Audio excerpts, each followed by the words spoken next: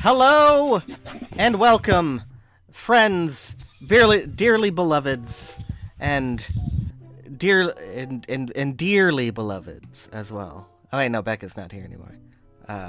Unfortunate. My pun has not landed. But we are here with the game history crew from Gaming Alexandria, and we are going to be talking this time about the video game notables of 2023. Yay! No, nobody else wants to clear. All right, there we go. Beautiful. So, this is a little thing we've done for fun, where we are making lists of the most notable games and voting on them. We did this last year, where we did a sort of 3 upfront version of this, where we inducted 18 individual games in a ranked choice voting process, and we are back again this time on a regular schedule, doing 6 games at a time and 1 non-game influence. So we are going to see tonight what the results are of this voting process. Let us first go around the table and see who has decided to join us tonight. We have You're cutting out a little, Ethan. Oh, am I? I apologize if that's coming through there. I will try to speak a little closer to the mic here, but it should be picking up fine. To my left, we have Kate Willard. Also known as Critical Kate. You can find me by searching Critical Kate. Yeah. YouTube, blog, Twitter, all the things. Yeah, all the things. To my right, we have Nate Lockhart. Hi, I'm Nate Lockhart. I host a podcast called The Memory Machine that hasn't updated in a while, but I got stuff in the works. Yeah. And I also do a bunch of projects, and you can see a lot of that on my website, which is memorymachinepod.com. Excellent. To my front, Foxhack. Not sure what I'm supposed to say here.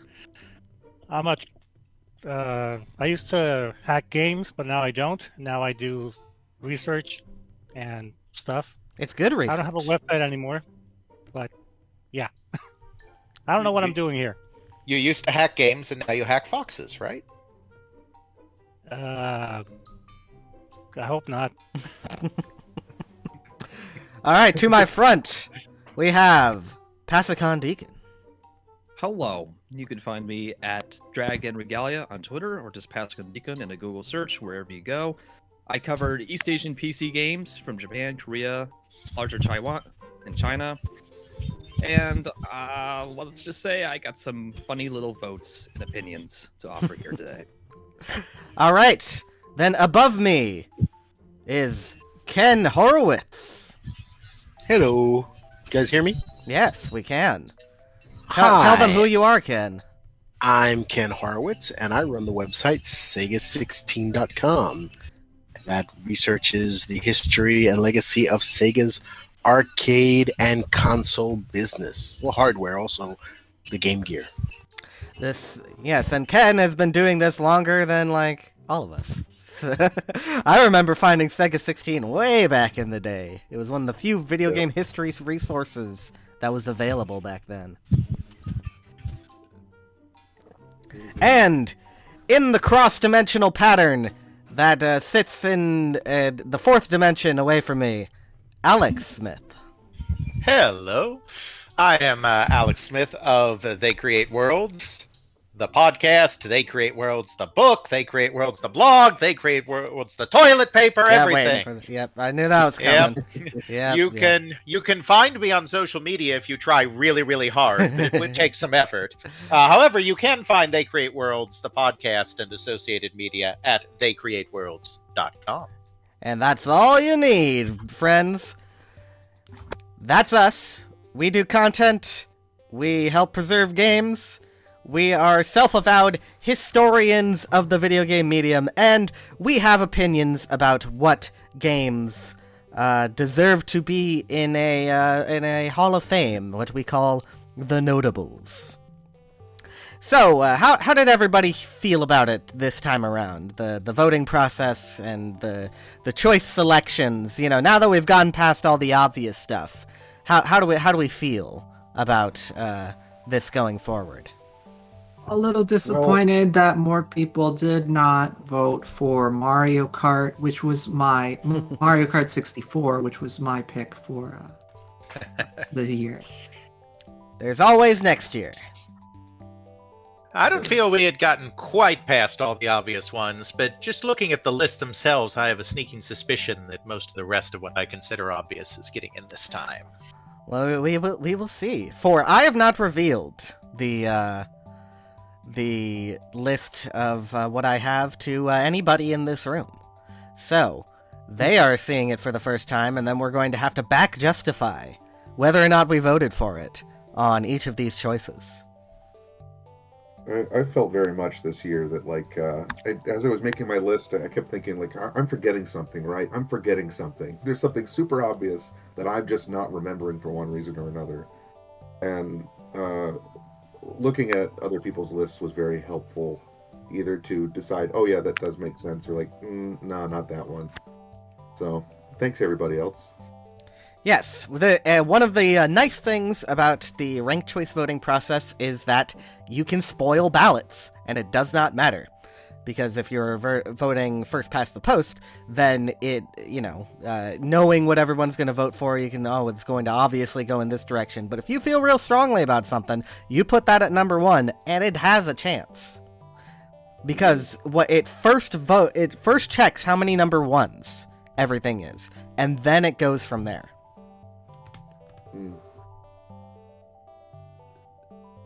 Mm-hmm. So we had a very diverse selection of games this time around. Let me see if I can pull up the voting list. And I'll name off every game that was put forward for voting. Feel free to scream if your choice gets is read out. These are the nominees, right? Yes, these are the nominees, not the inductees. We will get to the inductees shortly, but here's the full list of nominees. Ultima Underworld, Scramble, Alone in the Dark, Donkey Kong, Spartan X, Maniac Mansion, Sid Meier's Civilization, Portopia Serial Murder Case, Wii Sports, Tower of Duraga, Xevious, Ultima 3, King's Quest, Pinball Construction Set, Football, Manic Miner, Breakout, Atari Football, Double Dragon, Moonlander, Dr. Mario, Maniac Mansion, Multi-User Dungeon, The Legend of Zelda, Dear Esther, Pokemon Red/Green, Mario Kart 64, Super Metroid, Gauntlet, Star Raiders, Final Fight, Wizardry, Hydlide, Dragon Slayer 2 Xanadu, Final Fantasy VII, Jet Set Willy, Major League Baseball, 101 Basic Computer Games, Oregon Trail, Cave Story, Oregon Trail 1971, or just Oregon, rather, Madden NFL 95, NBA Jam, Smash TV, Super Mario Bros. 3, and Mortal Kombat. A long list. Not a bad list. Yeah. And that football was the Mattel handheld. Yes, correct? that's it. Right. That is. I couldn't remember, so that's why I just kind of went past it. Well, that tells you it didn't win, because he would have had to know what it was if he was inducting it. The only person who voted for it was Nate. Nate, Yeah. do you want to describe why you decided to vote for Mattel handheld football? And are you in fact still in love with football at this time after recent events? Look. So my love of football, first of all, it will come back to me. Right now, me and football need a bit of a separation. We need to spend some time apart. But I think we'll come back to it stronger. With regards to Mattel electronic football, I think it's important because it legitimized handheld gaming in a way that may have not been done beforehand. I mean, sure, you had those little toys that like Tomy would put out, right, with the Those weren't the electronic. scrolling. Those were Well, electromechanical. mechanical. Yeah, mechanical. But I think it legitimized handheld gaming in a big way and put it in people's conscious that that's something that you could do, and it was done really well. I'm always impressed I'm so impressed with so many early football games, particularly because the sport is such a complex one. With especially when you compare it to soccer or hockey or baseball. And it's incredibly clever. It's very cleverly designed. It's good minimalist use of materials, and I mean, it was incredibly successful and popular. Yeah, that's my piece on it. No, and I absolutely agree with everything you say. I'm hung up on whether I want to consider it a video game, and I know. Yeah. Based on the definition that I myself am comfortable with, it would qualify as a video game. So this is something I have to reconcile in my own heart before I would vote for it as an inductee into the Hall of Fame. But definitely influential and worthy, just as a product that was incredibly successful and influential. Yeah. I also put it in there to maybe push that debate a bit and open that up. So you'll be like, okay, let's define things here, and maybe going forward, maybe you can open the door for others, or close the door. We'll see. Let's. So I'm gonna look at. I'll give you some. This will be a little bit of an acknowledgement of things that did not get in, but I want to discuss some of the ones that people voted for that did not make it all the way, just to see if people have any interesting things to say about them. Pasicon, are you here? I am. All right. Could you tell us a little bit about why you voted for the Portopia serial murder case, and specifically the Famicom version? Yes, I can. The version of Portopia serial murder case best known to Japanese developers and game fans over there is the Famicom version. The game originally came out for various NEC, Sharp, and Fujitsu PCs, and MSX Consortium PCs as well. But it is the Famicom model that not only had the most traction, most install base, but most notably pushed the menu command system that the game is best known for today. If you play any modern visual novels or adventure games in that mold, you're going to encounter these simple systems of menu commands that all can be you can trace them all the way back in terms of popular adoption to this Famicom version of Portopia. Beyond that, Portopia serial murder case was important even from its inception, basically for pushing the idea of more character interaction in an adventure game, a more character-focused narrative at a time when adventure games, even made in Japan and Europe and the States, were still more puzzle-oriented, still more about the general mystery. Yuji Horii was curious to know, what if my computer could tell me a story, could talk to me, could bring me people? I remember reading that one interview where he's like, it's basically an AI. Yeah. It's not quite that. No, but the general idea was in his head and influenced him, inspired him to try and create a character-focused procedural mystery. Detective stories weren't particularly common in the genre at that point, and Portopia helped to pave the way for games such as, series as well known today as Hotel Dusk, Famicom Tante Club, Danganronpa. They all have these ties, these influences. You gotta say Ace Attorney. Come on. Ace Attorney, yes. He's just trying to avoid the obvious. Hold it! Going down the list. Hold it. Of course. Death Slam. That's the general idea of why I voted for Portopia. I personally think Portopia even has as much an influence as Dragon Quest when it originally came out. So, and because Dragon Quest was adopting the menu systems and focus on lively characters that weren't previously highlighted in their respective genres. You anticipated my question, because if you hadn't said that, I was going to ask you, if you felt that it was an important step on the path to Dragon Quest for Hori and Nakamura as well. Right. Yes. And Dragon Quest has already been inducted, just to let everybody know. Yeah. So I am all about this game, and I'm totally in agreement with you on it being important and that we should induct it. I have the hang-up of whether or not visual novels are actually a distinct genre from interactive fiction more generally.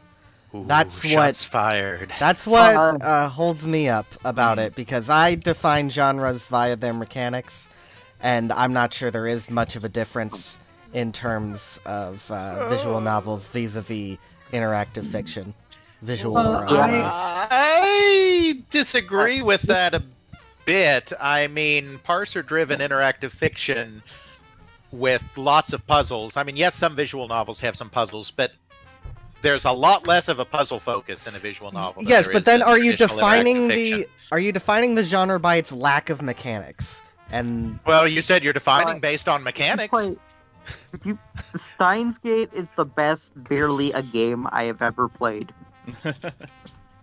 I will say that much. At the point of Puerto Rico's release, or how we pronounce it, the actual gameplay itself was mechanically quite similar to, interactive fiction or adventure games and stuff like that.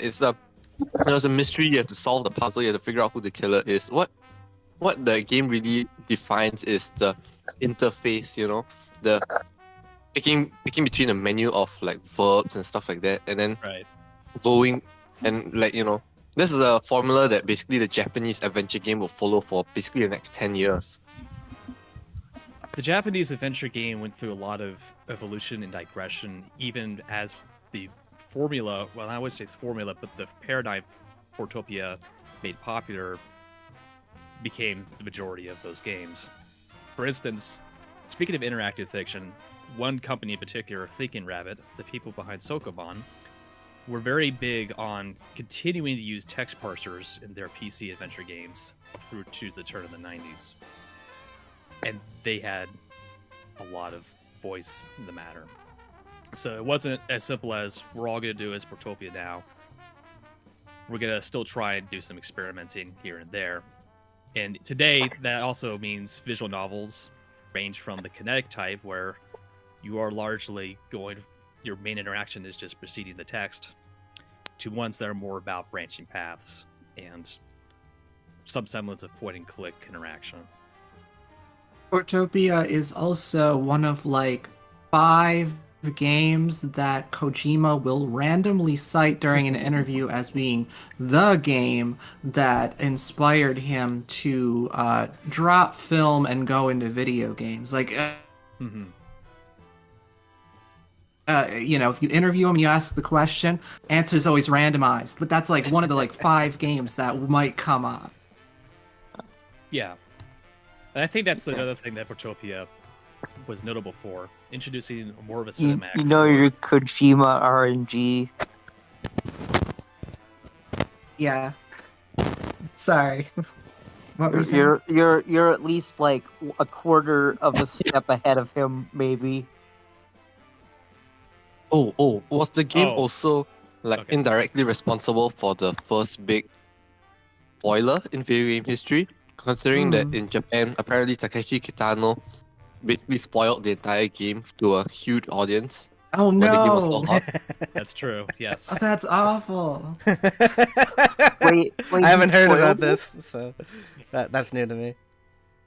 Wait, what did he spoil? How did he spoil it? Well, don't spoil the ending on. Well, I presume he spoiled who the murderer was. God. was. Oh man. No, there's even yeah. Okay. Who the murderer is would be the spoiler, I think. Yeah. So I don't want to dampen on that, and we'll Portopia got more than one vote, so there is very much a chance that Portopia could come up once again. So thank you for that explanation. Kate, tell us about Super Metroid. Why you voted for that? Oh, Super Metroid. Where do I even start? I don't know. Well, Super Metroid kind of fits thematically in the adventure game discussion, since Protopia is an adventure game, but Super Metroid's a very different kind of adventure game. Its lineage, you might say, comes off of like the action adventure game, where it's a real-time adventure like Zelda, but instead of being overhead view, it's on its side, Super Metroid, Metroid is where the series started, but Super Metroid just like kind of took everything and like perfected it and added a lot of all sorts of like just great atmospheric touches that the Super Nintendo allowed for, and sort of environmental storytelling that first popped up during the Game Boy game, but was really like pushed one step further in the Super Nintendo game. I can't even remember why I said this game was notable, because none of what I'm saying right now was in my thing of why I thought it was notable. It's regularly considered one of the top 5, if not the number 1, greatest Super Nintendo game in terms of, graphics, gameplay design, atmospherics, music. Yeah, just like everything all around. It's a great game, and I think that the specific way it advanced the Castleroid,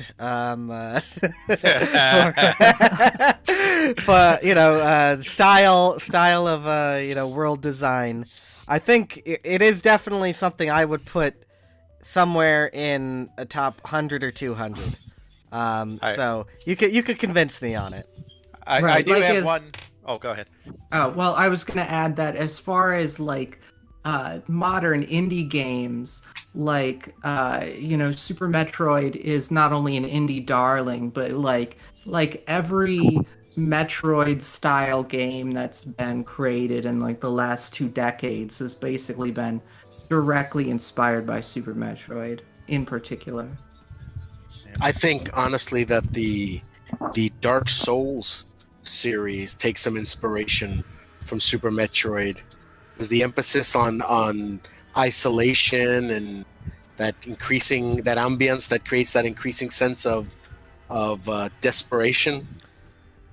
I think that Super Metroid was one of the first console games, at least, that was able to take advantage of that actually had the hardware resources to create kind of ambiance. It was a full package, and I think that, also you could say something like System Shock, I think, was also very directly influenced by Super Metroid in particular, not just Metroid series in general. So yeah, I think that is a cool connection there.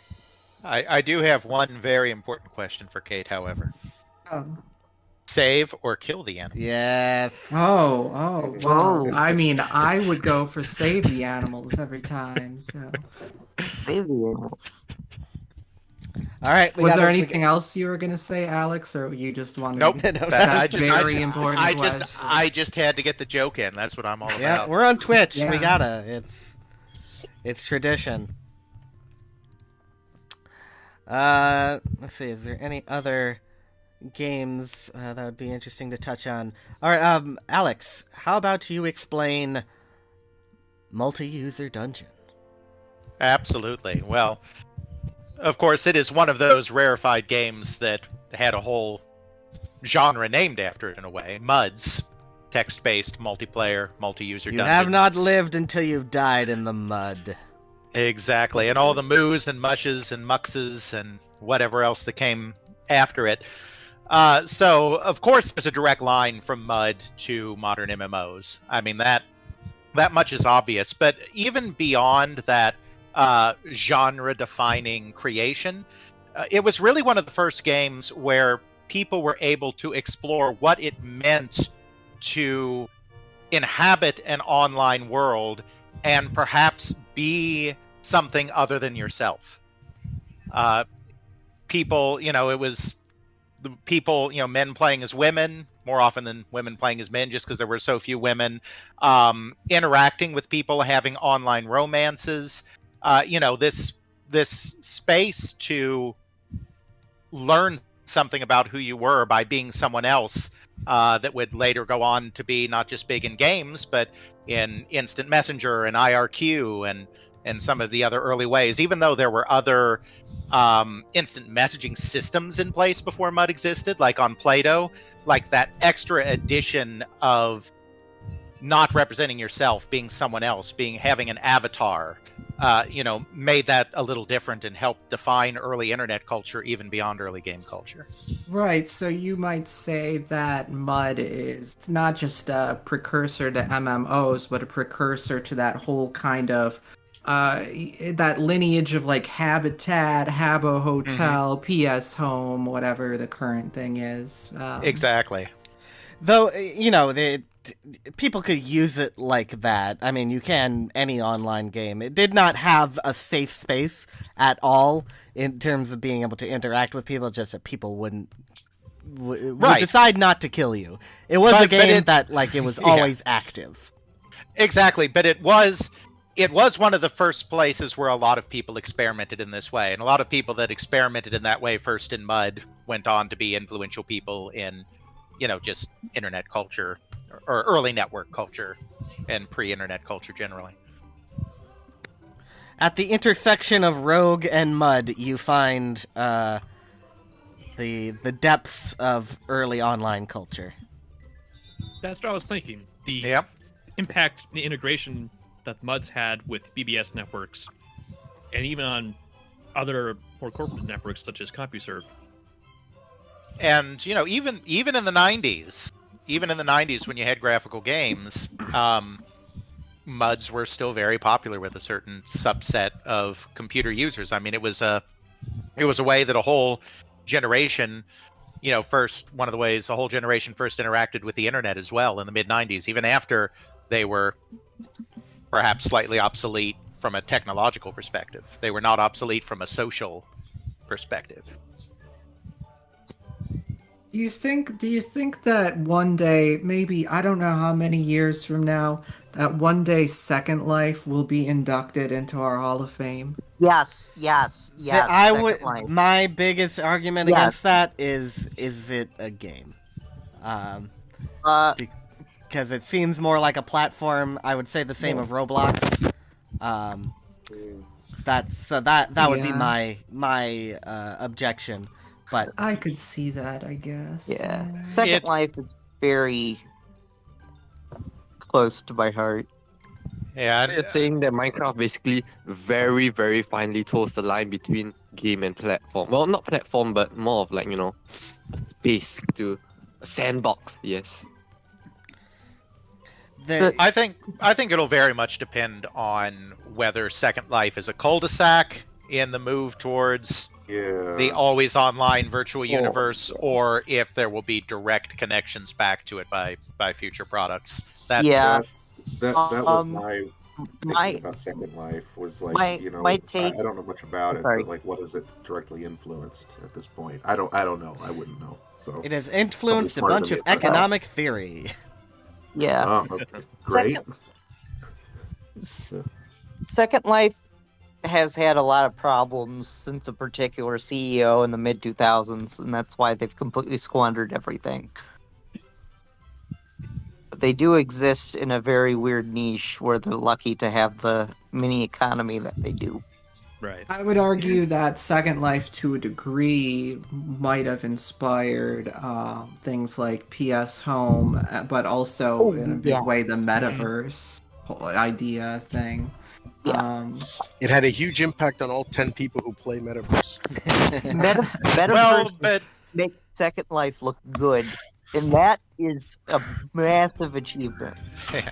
But I mean, the concept of a metaverse, I know you're talking specifically about whatever the heck Facebook is doing too, but I mean, the idea of a metaverse, I mean, it goes back to, Gibson and cyberpunk and all of that. So I don't know that you can say, oh, because of Second Life, we're going to get these lived-in universes, because it's like the theory behind that was there way before Second Life. It was an obvious step to take eventually based on, the stuff that had already been out there.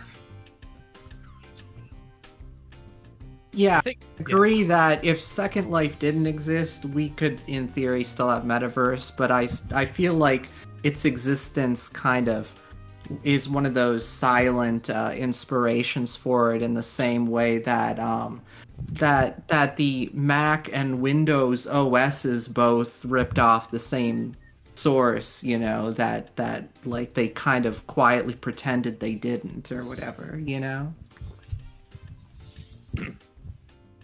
have to love the anonymity of big influence. Unless The fun part the is creators name demystified. things, which is harder in some places of the world than others. But speaking of influences, let us get started with our first. This will be our non-video game influence category. So this is we decided that in addition to the 6 games that we are nominating, we will do one individual piece of media that is not a video game that influenced video games rather heavily. So it could be a film or an event or a different type of game. Snow Crash. I mean, that you could have voted for Snow Crash. That would be perfectly legitimate, but in this case, we decided to go with Dungeons and Dragons. A bold choice, considering the movie starring Hugh Grant and Chris Pine hasn't come out yet. But I'm sure history will. I'm sure history will judge us properly. Stating the influence of Dungeons and Dragons is like saying that the telegraph helped change the way people communicate. Few creations in the history of Western culture match the magnitude of how D&D has changed the way we look at society and folklore. Literature, religion, technology, and more have all been touched by TSR's seminal work. Most of all, though, games. Creating the systems of role-playing advancement in its very own category of games is one thing, but the reliance on the cultural understandings codified in Dungeons & Dragons ripple through games even well outside the fantasy genre. It was a game that burst subgenres like mad and continues to be the groundwork for anything, even partially derivative. Called by some a game for game designers, it opened the world to what game design truly meant. So, this game, is so important because it inspired the creation of entire genres that are still around today. It directly inspired RPGs and adventure games, and from there, it's what is that? That's gotta be at least half of all games now, right? Yeah.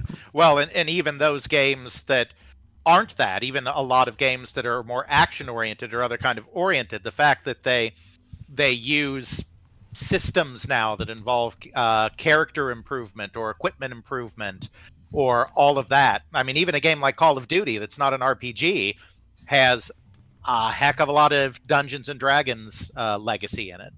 Isn't it, Alex? Isn't it maybe an FPS RPG? Maybe a little bit. Well, yeah, I mean, there's an intersection there, but I mean, all games are moving more and more, it feels like, to that D&D ideal, which is that you have systems that are defined and improvable. And, that's just incredible influence. As the kids these days tend to say, RPG elements. You get stats, they go up. Yeah, I mean, basically the idea of advancement in a character is D&D, just flat out.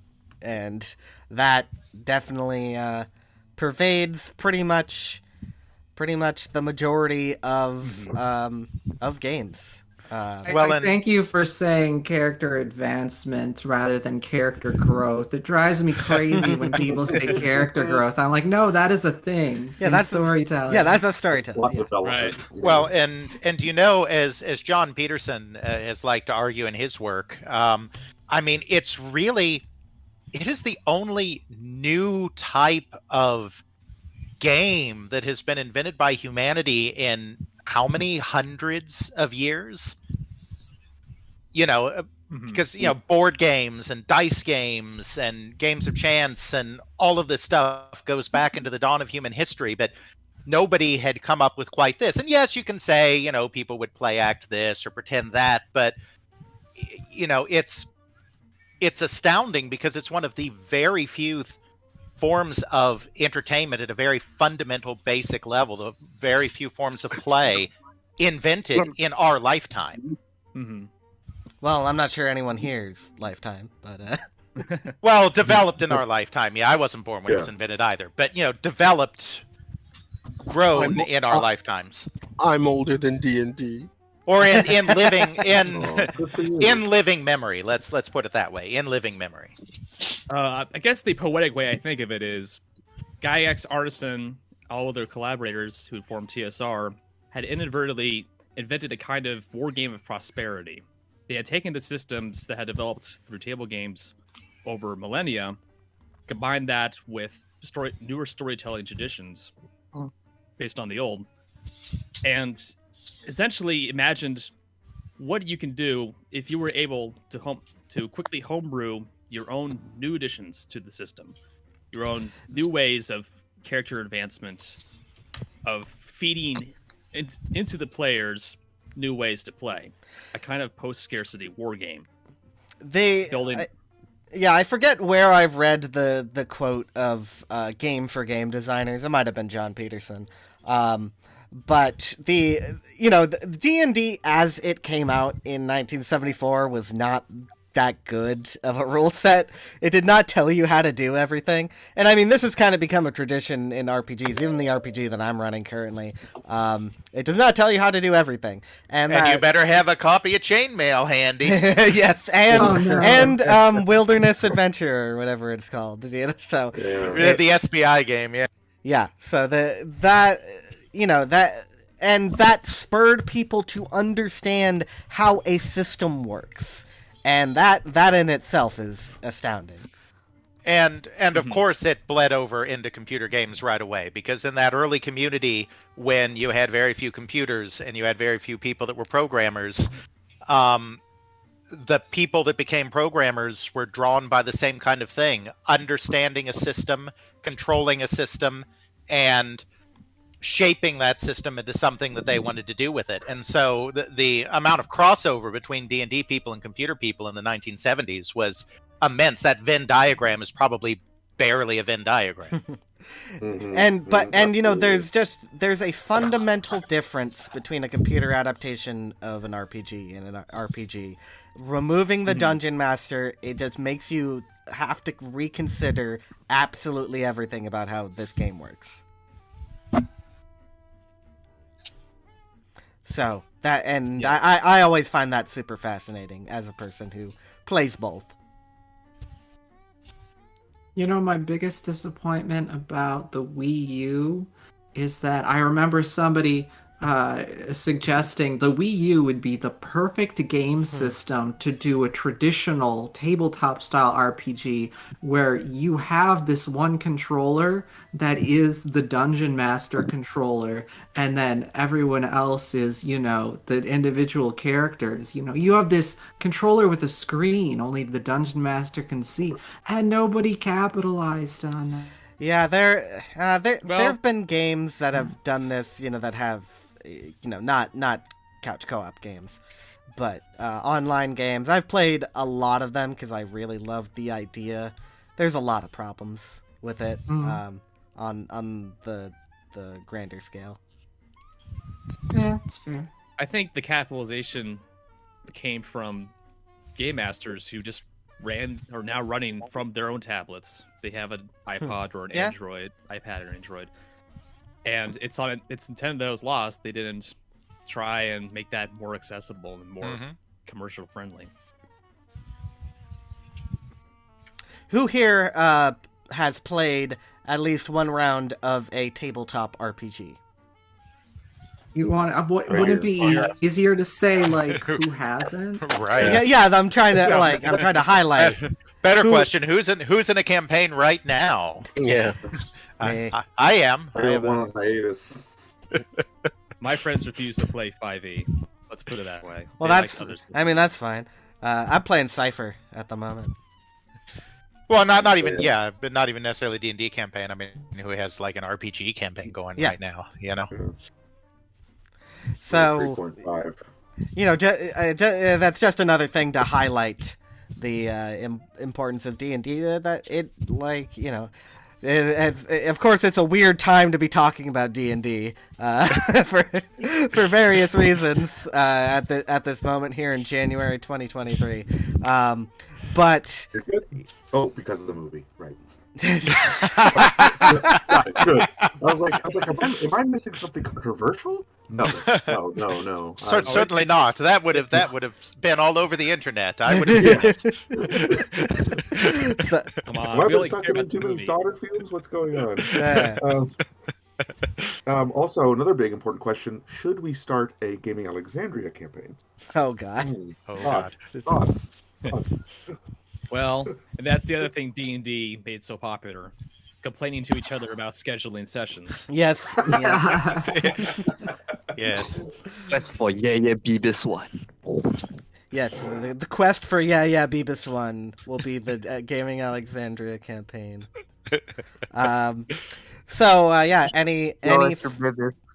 Any closing thoughts on the D&D OD? Just if you really want to know what's up with D&D, read all of John Peterson's work. He has 3 very important books on D&D, and you should read them all. And he's working on more. What's the author's name again? John Peterson. He wrote Playing at the World, which is a completely exhaustive look at the origins of every last mechanic and thought within original D&D. Then he wrote The Elusive Shift, which is about how D&D entered the public consciousness and how the concept of a role-playing game entered the public consciousness. And I forget the name of his third one, but it's a history of TSR from its founding up to Gary Gygax's ouster from the company, and it is outstanding. Oh, that sounds really I'm good. going to put that on the old Amazon wish list. Do it. Yes, Playing at the World is out of print. He said he's working on a second edition. Is the ebook still available? Is Making the Dragon the TSR one? Yeah, I think that's it. I believe Making the Dragon is the one. But yeah, Playing at the World is an invaluable resource to have here. It's the type of history I wish that people in Game Wizards, that's what it is. Oh, Game Wizards. Yeah. But yeah, I hope that people in video game studies will live up to that, to the potential of what's in Playing at the World. Playing at the And World. Game Wizards has an audiobook. Oh, nice. Cool. Cool. That's the epic battle for Dungeons and Dragons. That one. Yeah. Yeah, it's great because he had. I mean, there have been a couple of TSR history books written. His is not the first, but his is by far the best because he had access to so many corporate documents, internal memos, and whatnot. So I mean, Alex loves business battles. I do, and this one is a gold standard for a book written about corporate shenanigans. It's really good. Yeah, I don't know if there is. Console Wars? No way, no.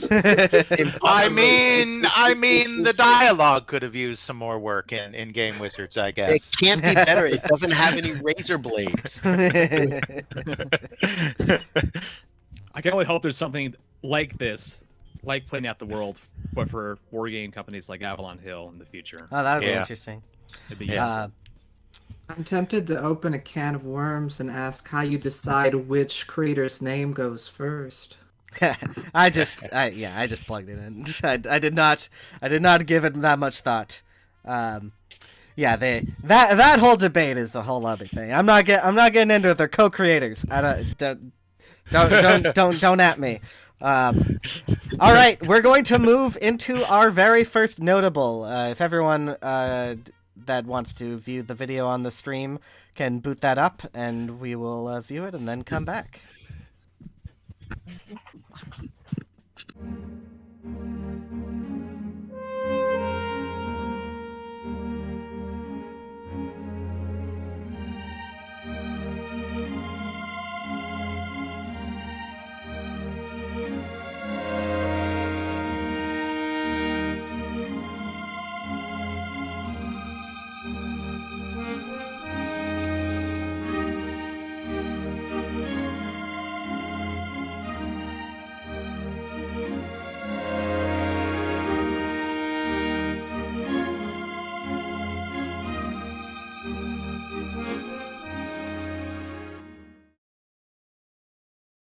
Our first pick was Moonlander.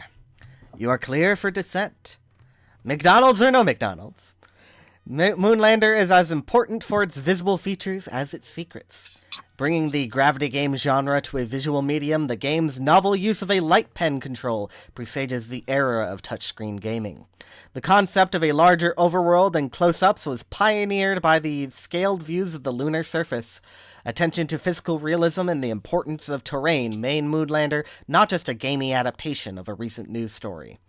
Jack Burness's personality shone through with his creation, interjecting small bits of text and an addition of a humanoid figure to create the first step of representation in video games. It's impossible to sum up Moonlander as a simple adaptation of the text-based lunar landing games. Truly new, truly grand, and truly exciting would be more accurate. Two things before launching into the discussion. Of course, all that footage comes courtesy of Kate. Thank you very much. And rest in peace, Mr. Burness. Okay, now we can talk about it. He's gone to that great McDonald's in the sky. Perhaps even the one on the moon. So, Moon's haunted? Yes, Moon is haunted. In the best way.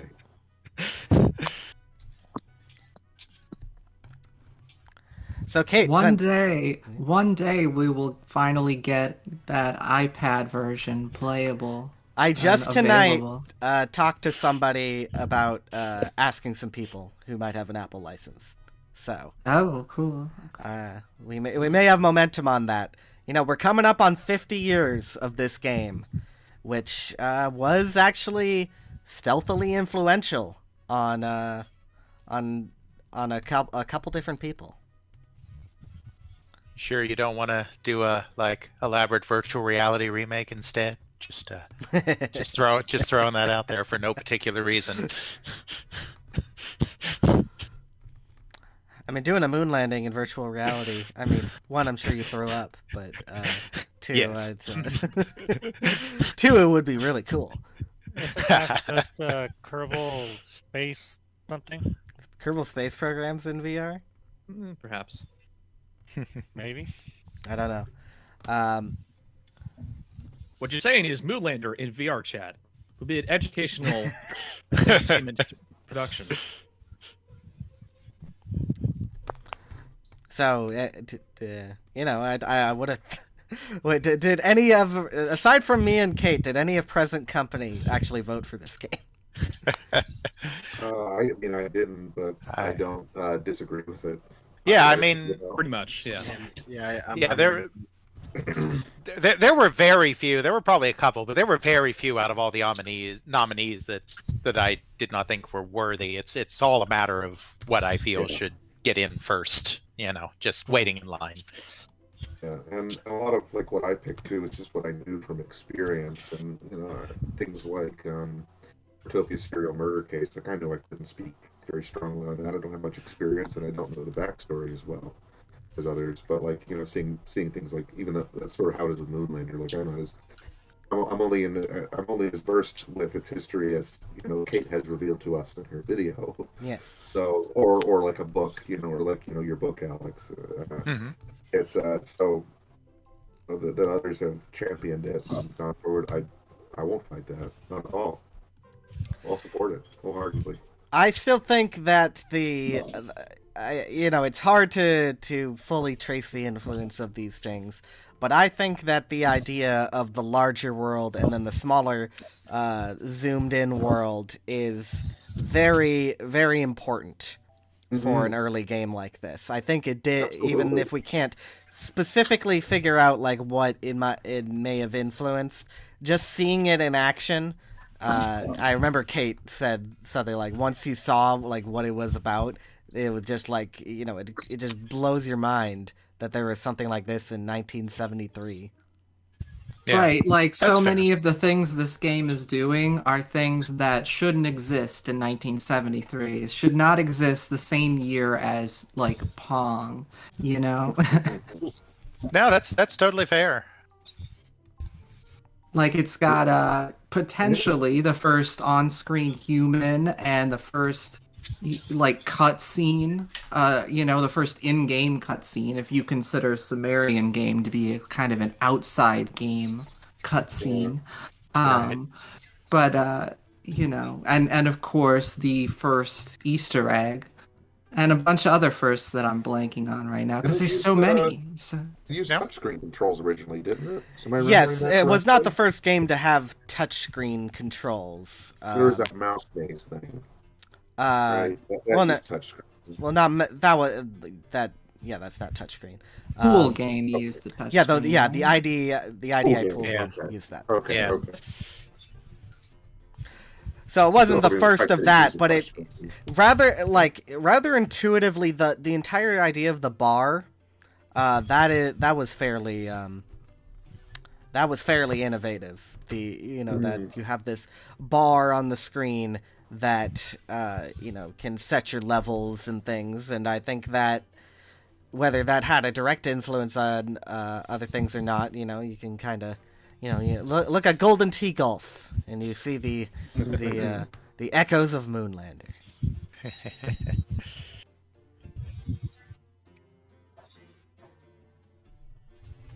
Now I want a Big Mac.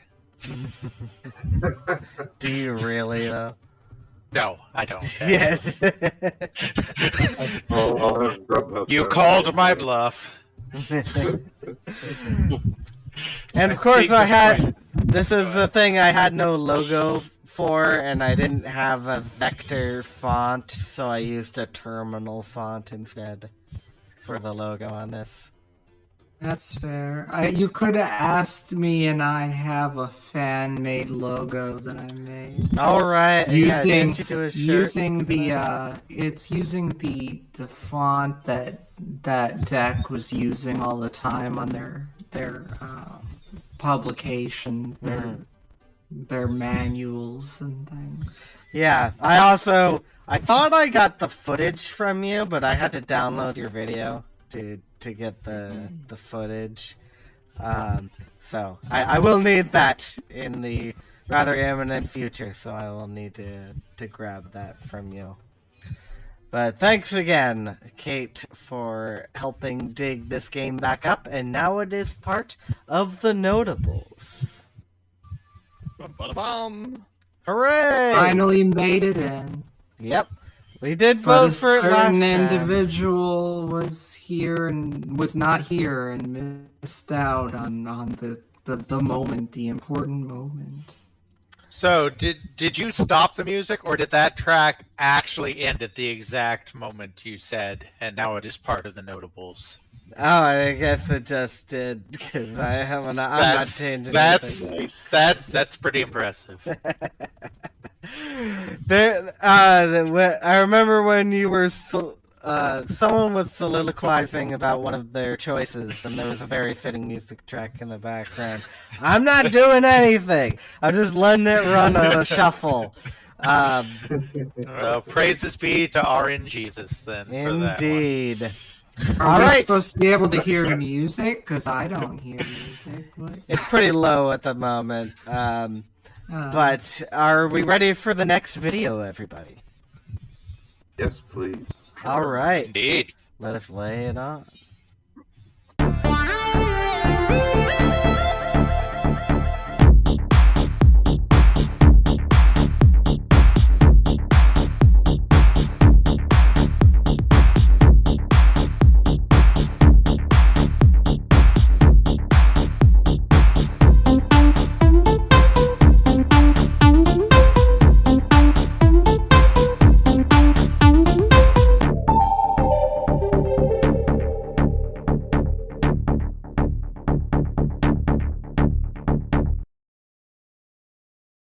What do you do with 8K of RAM? What do you do with 8K of RAM? What do you do with 8K of RAM?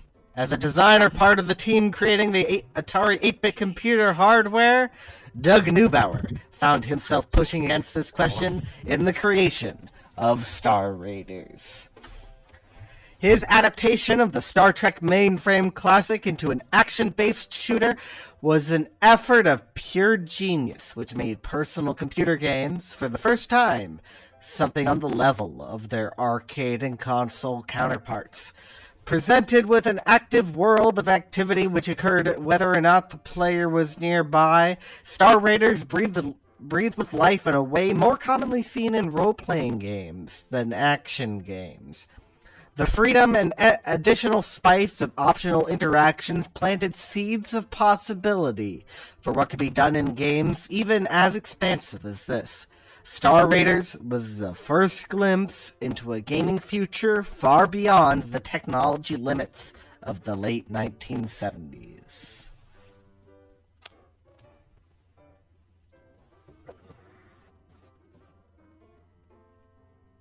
Very good. This is one I definitely strongly wanted to see get in. I was just gonna be a smartass and be like, also they're rating stars. I don't know how that works, but they did it. They did it. Quick question: is it Neubauer or Neubauer? I've never heard his name pronounced, but I just presume Neubauer. Frankenstein? Frankenstein? I don't know. Right, I mean, I do this all the time with Paul Neurath. I want to call him Paul Neurath, even though we know for a fact he pronounces his name Neurath. Because in the German, it would be Neu. Yeah, right. I get you. Somebody asked if it was if the name was purposely combining two of George Lucas's biggest franchises. Well, the Raiders of the Lost Ark wasn't out Raiders. at the time. Yeah, that's predates right. Raiders. Oh. It does. It does. Yep. So George Lucas stole it from him.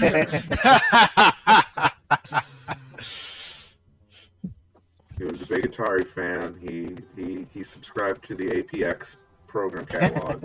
Yes. Yeah. Well, this doesn't go through the APX. This was an official Atari. No, this was an official release. Yeah.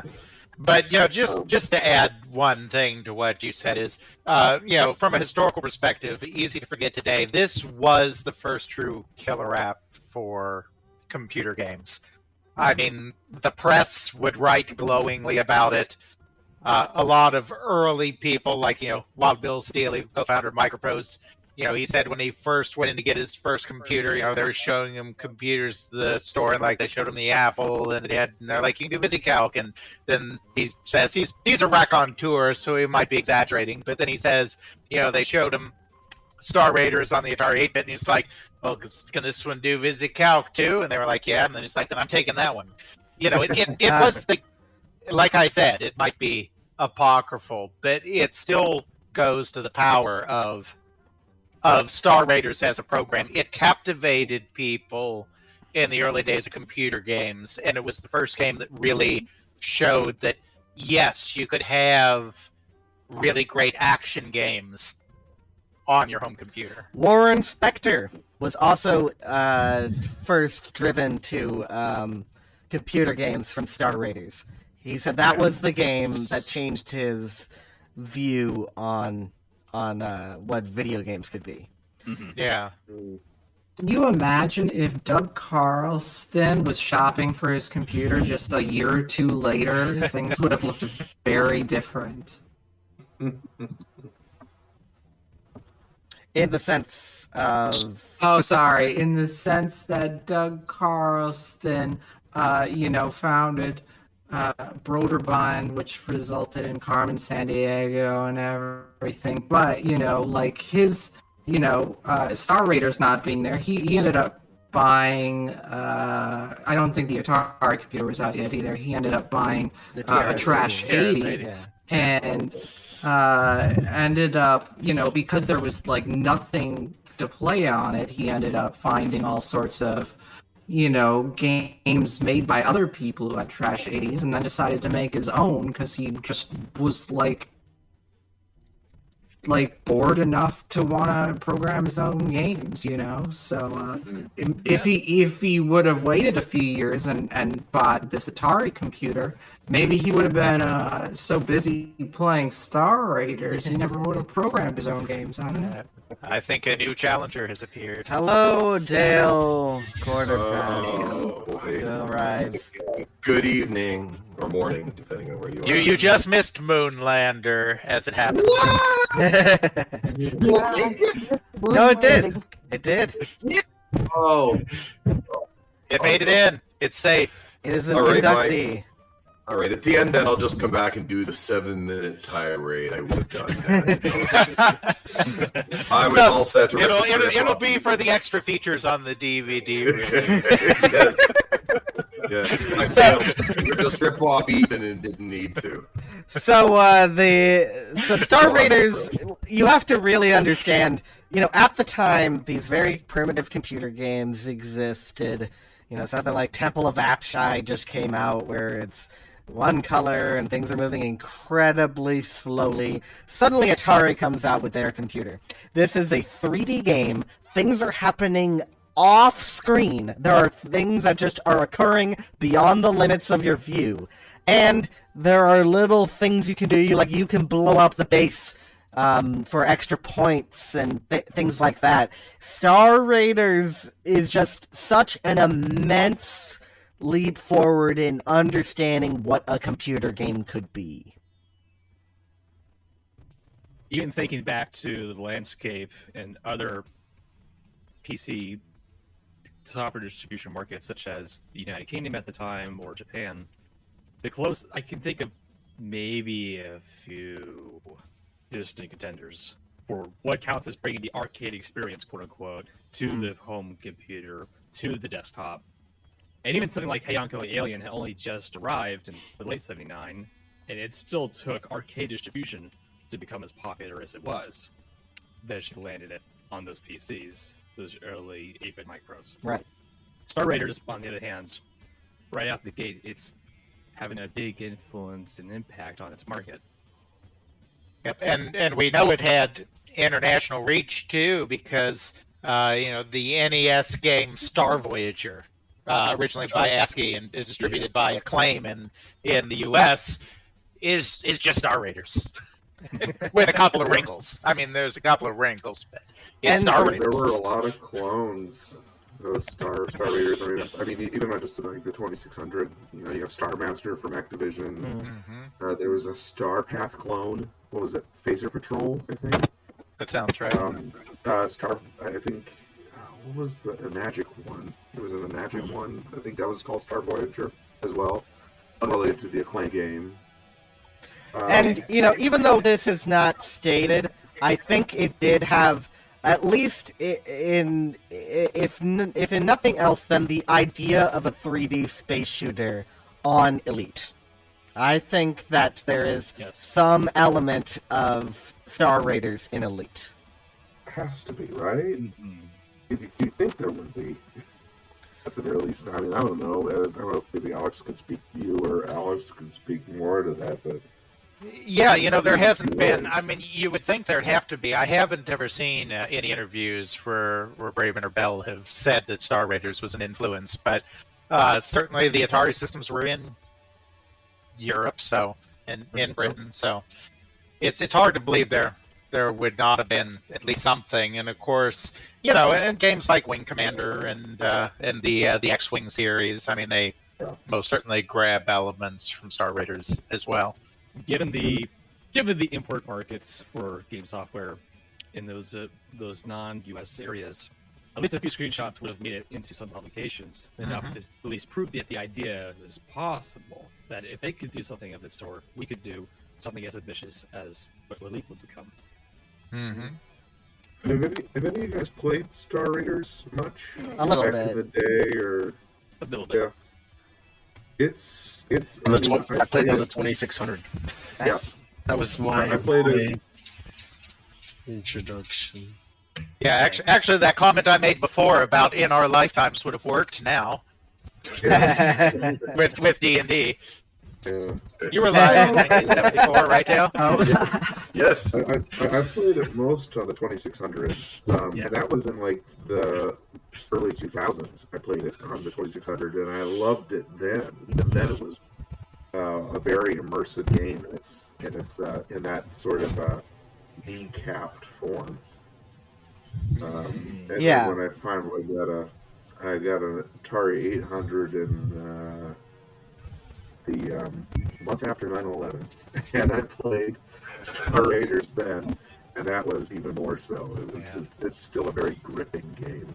And yeah, huge shout out to Doug Neubauer, who is still with us, but is apparently very, very ill. This is not like insider information. This has been publicly disseminated, like throughout the internet. But he has something going on with his health that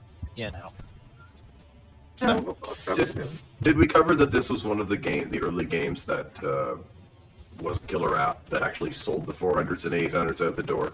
mm-hmm. Yeah, I mentioned that. I mean, Yeah, they were highly influential in that regard. That's why you wanted an Atari 400, really. Mm-hmm. yeah, I was gonna say, in terms of influence, like, that is clearly its biggest influence, but as far as, like, other games that were inspired by this game specifically, I feel like it's kind of gray because there are previous games on other platforms that are very similar to this, like, 2 years before this, the Odyssey had a game called Cosmic Conflict that looks very similar. And then even before that, you have, like, Starship One. So I think it drew from that, but the difference is that it combined the Star Trek stuff into it. It has a strategic element. It's not just that it's a first-person flight game. It is a free-form flight game. It's not just setting you on a path like Starship One does, or like Starfire does. You feel like a Starship captain playing that game. Yes, absolutely.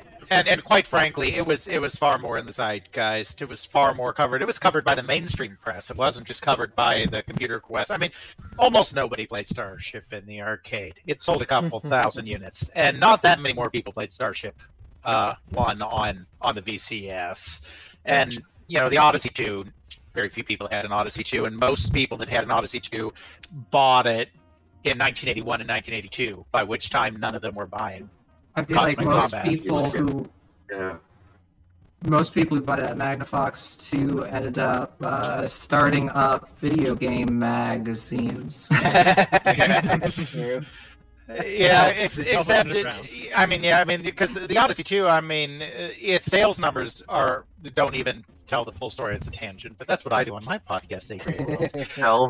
Because in 1982, it sold more units than it had in the previous 4 years combined. It was really, really not well used in the late 70s and early 80s. Warren Spector comes to mind for immediate, hey, I played this and influenced me type of creator here. In my studies, I've learned just how much Kotori Yoshimura, who helped co-found Technosoft, and later made games like Star Cruiser, essentially made a lot of early games based off of the Star Trek game, mainframe game, basic game, most likely, and then moved on to something more like Star Raiders. I know this because Starfleet, one of her PC-88 games, very clearly resembles Star Raiders in so many ways. It's almost a clone. But even as early as 1984, she starts to iterate on the premise and the possibilities. She made a racing game, a space racing game called Plasma Line, with fully shaded 3D polygons on an 8-bit micro at the time, at a reasonable speed as well. So you're already seeing that this is not just inspiring from a design perspective, but from a tech pushing perspective. Mm-hmm. You can see that, well, it's not just really cool, but we need to get our act together. We need to program more efficiently. And it does make me wonder if Jez San was also influenced by Star Raiders, but I'm not sure about that. Yeah, you don't see as much. You don't see British authors referencing it so much. Obviously, there are a lot of 3D space games over there, but you don't tend to see them reference Star Raiders. So, like I said, there were Atari 8-bit computers in Britain, so you know. So that's Star Raiders. So what I met, who's in so far? So with the influence category, we had the original Dungeons and Dragons from 1974. Then we had Moonlander, and now we have Star Raiders. So a third of the way through. Yeah. Well, yeah. Not counting influencer. Yeah. We are 3/7 of the way through. Yes. If you want to get into the odd fractions. Of games, a third of the way through. Yes. So feel free to load up the live stream, and you can see the video for the next entry into the notables. Are you ready? Everybody is ready. Let's do it. Take a drum roll, Ethan.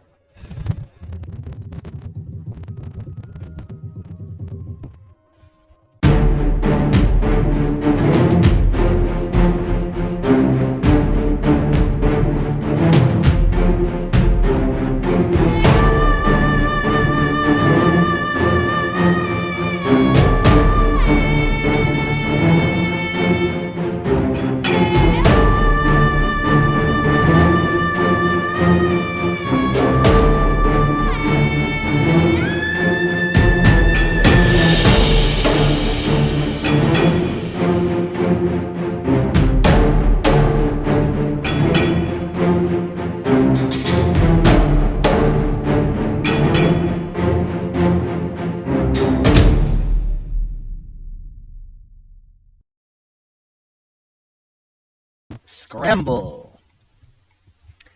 Enigmatic in its origin, the Scramble is difficult to deny as a game with a defined legacy. The concept of an endlessly scrolling world had existed prior to Konami's creation, but the idea of a world that truly moved into advancing realms was startlingly new. Scramble took full advantage of that concept, creating a space which challenged the player's navigational skill and positioning through a wide array of hazards. A true sense of depth was created through ground targets, including an evolved fuel resource seen in other space shooters, but never integral into Scramble. Shoot-'em-ups as a genre begin here. The idea of video game progression in its modern form begins here. Other arcade games scrambled to catch up with its innovations, and content began taking on an increasing prominence next to gameplay. Game worlds were never the same again. That's a good write-up. I'm just glad you took out from the prototype that thing about Sekaiken, because I really think that's a devious thing. But I agree with everything you. I agree with everything you said in your spiel there. Well, this is when I write it up for this. That's different from my pitch. My pitch is different. I still think that the Sekaiken applies, but let's turn to our resident expert, Pasakun. Do you think that Scramble has Sekaiken? It has the primordial beginnings of what would be Sekaiken. I don't think that necessarily means it has it. I think Xevious is generally the clear example of not just the prominence of content in addition to a strong game loop underneath, but also the idea that this content is evocative and memorable beyond what you had seen in previous types of games. To the point that you get game fanzines like Game Freak of pre-Pokemon fame talking in depth not just about the strategies, but also about, wow, what kind of world is this? We've got Nazca lines, flying tiles. This is bizarre and interesting. Yeah. To be honest, I look at Scramble and it's impressive. I see the influence. I don't see the specific birth of Sekaiken there. What does this word mean for those of us who are unaware? So, Sekaiken. Hey, thanks, Kate. Thank you. Yeah, I got on my tangent early. Sekaiken can generally translate to worldview. The idea of, if you think back to D&D as our big influence here, for example, you're not just having some generic battle between soldiers out on some plain or inside in an interior venue. You can infer the context and a kind of history behind this experience you're having. The characters involved in that story. Not just having the elements that comprise a story, but a definite progression. Xevious starts to hint at that, at least in the action and shooting genres. And other games, like, for instance, Portopia, would themselves come to something similar. It's the idea of like all the elements of a game coming together to create a sense of a world and a history, not just traditional world building like writing a story bible or something, but adding in elements that even if they're not explained, like contribute directly to this idea that there's a cohesive world view. The word I would use would be verisimilitude. Okay. And we used when we talked about Super Mario Brothers, we said that had kind of an element of Sekai-kan. The idea, a mushroom makes you big, and people make jokes about that, but it just makes sense in the moment. Right. But where does that word originate? It's a Japanese word. I mean, it's a Japanese word. But So it's just a Japanese word that doesn't have an exact translation into English. I see. Okay. I'm sure you could do a bibliographic deep dive to find where it's first used in literary media criticism, but essentially magazines were using the term starting in the mid-'80s to describe games that were clearly moving past the primarily used by Japanese game magazines. And developers in interviews will commonly cite the term when discussing their game design process. It's not a Western concept. I would say that the person that probably has done the most to introduce the concept in the West as much as his work gets so annoying sometimes is John Skizpaniak used the concept a lot in his Untold History of Japanese Game Developers series. A lot, yes. Mm-hmm. He's probably one of the Western people that has most used the term. I'm not saying he's the one that first brought it to the attention of the West. I don't know the history that well. I just know that he definitely did a lot to popularize the idea in the West. John Skizpaniak, coiner of the term Metroidvania. When people just make casual reviews of games, we say it's full of soul, it's full of charm. I'm thinking it's just got Sekai-kan, right? It's got that verisimilitude. That thing that makes you realize. I learned that today. However, we should probably actually talk about Scramble. So I think has it, but Yeah, I don't think. I think the elements are more random. I think that they were just like, we need to show a sense. We want cave walls because we want the obstacles, something you can run into, and we want different colors so that you get a sense that you're advancing through something. But I don't think they carefully thought through. I don't think there was any intent there. They were just like, what crazy colors scheme can we use in this part? I don't think there was intention there. Now, I'm going to say this, and I don't say this to be antagonistic, but to me, Scramble. Now, I invite being proven wrong wholeheartedly here. It feels like the analogy I considered when I saw Scramble, I was like, it kind of feels like a breakout to Xevious' Space Invaders. If that makes any sense.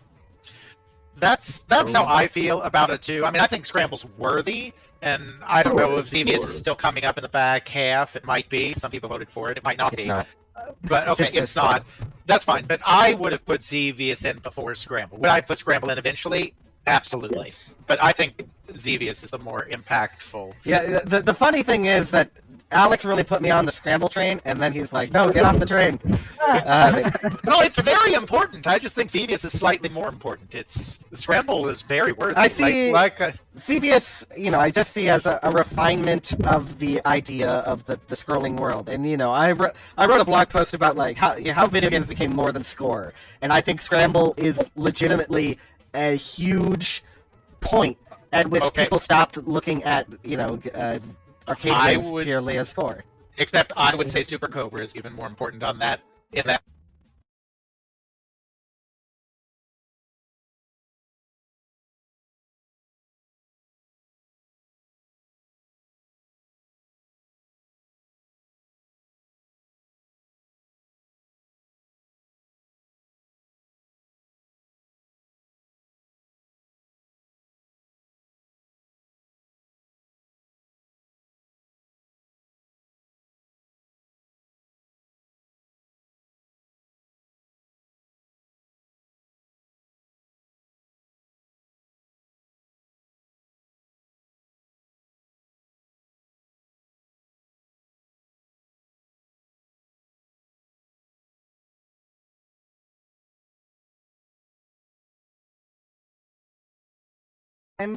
Scramble was ported to like it was ported to the Vectrex, for instance.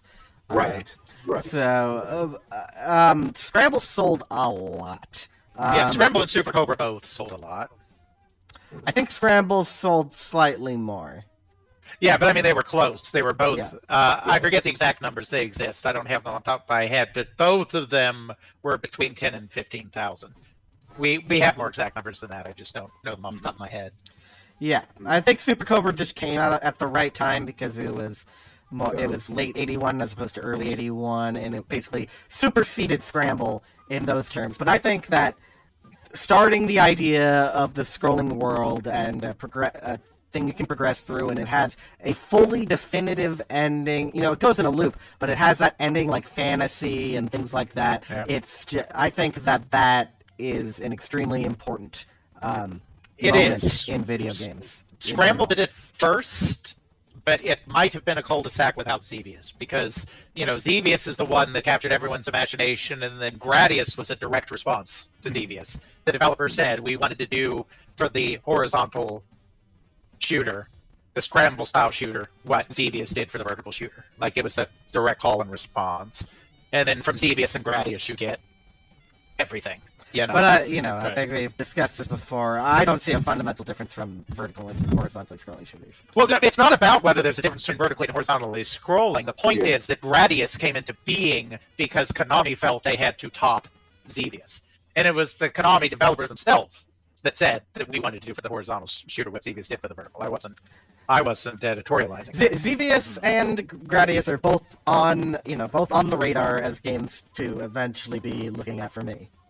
We'll say that. To be fair to Scramble and Xevious, I do think that with Endo and his crew at Namco working on Tower of Taraga, there was a more definite emphasis on not just Sekai-Con, but the particular the unique selling point. Keep people coming back. Get them to share secrets. Yeah. I'm going to stop you there only because I'm guessing, I don't know the list, but I'm guessing you'll have a more appropriate forum to discuss that in the next 3 games or so. Well, it was on a lot of lists. Fine. It was on a lot of lists. That's all I'm saying. So what was the first shooter, first shmup that had that put its levels together so that they feel like, so that they are essentially one long level without any libraries? So Scramble did do that? Yes. How did you know when you were in a new level? Yeah, it changed environment and sometimes Crazy ass colors. And the stages were numbered, right? I mean, wasn't there? Oh yeah, there is a thing indicating that the shows stages. Yeah. Yep. It was a fun memory of Scramble that when you were watching someone else play, because it wasn't that I could get to that stuff. But from the outside, it looked like an entirely new game when you got to that next level, and you were like, "Oh, what's that?" And that's kind of why I noted that like the content started to become important as a gameplay. We talked about this with Super Mario Brothers, where I think that was the point where things started to move fully in that direction. But this is where it starts. It's incredibly important, and if there had been enough votes to get Xevious and Scramble in at the same time, then that would have been cool too. It's just a hair ahead. Had to in make my room for mind. Bubsy. I'm sorry. Actually, when I told my wife what I was doing tonight, she's like, "So you voted for Bubsy, right?" I was like, "No, Katie, no." Dale, stop spoiling what's next. He knows. Come on, let's go. For old people, I can say that Scramble was the first time that I can ever remember seeing a bootleg cabinet. Yeah. It was copied to high heaven on both sides. And I mean, I'm in the middle of nowhere, but it was like you were like, "Whoa, what's the?" And there was then it frequently became where you would see some weird looking tab, and you'd rush to it thinking you found the new game, only to discover Scramble. Or Super Cobra also had that same. So without the Scramble bootlegs, where would the right bootlegs be? Okay, so that will be it for Scramble. All right. Ready for the next video? Yes. Punch it, Chewy.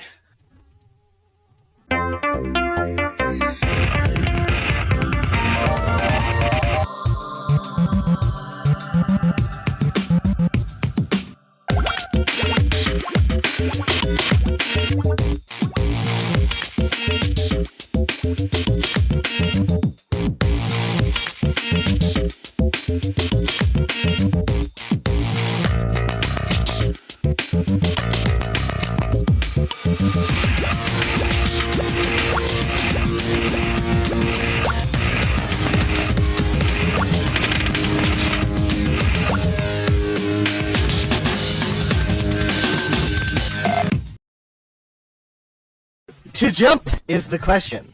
The answer? Donkey Kong. Indeed. Single-handedly defining a new expression for video game characters, Nintendo brought to life what Pac-Man had begun with a radical implementation of the iconic video game character. In a simple tale of peril played out in 4 ascending acts, Mario, Donkey Kong, and Pauline play out a cartoon narrative of love and loss in a way never before seen in interactive form. With nearly perfect construction, Donkey Kong provides meaning to this concept with tight platforming stages, all based around going higher. It is one of the most perfect examples of working within limitations to create something almost wholly original in both style and form. Donkey Kong's legacy and popularity rose well above its origins as a first game design project on a failed game hardware and reigns as one of the kings of the early arcade. Ken, you recently wrote a lot about Donkey Kong. Yes, I did. I completely agree that it should be included. Donkey Kong is one of those games that it's going to come up, and I think that based on how frequently it comes up and why, because of everything else that came after it, and how much it owes to Donkey Kong, this is a game that deserves to be deserves early entry. So I'm completely in agreement with it being included here. I mean, I've said this before, but I think the main thing that just shows how influential it was is, you can always play counterfactuals with almost anything. Like, well, if this person hadn't done this, somebody else would have, yada, yada, yada.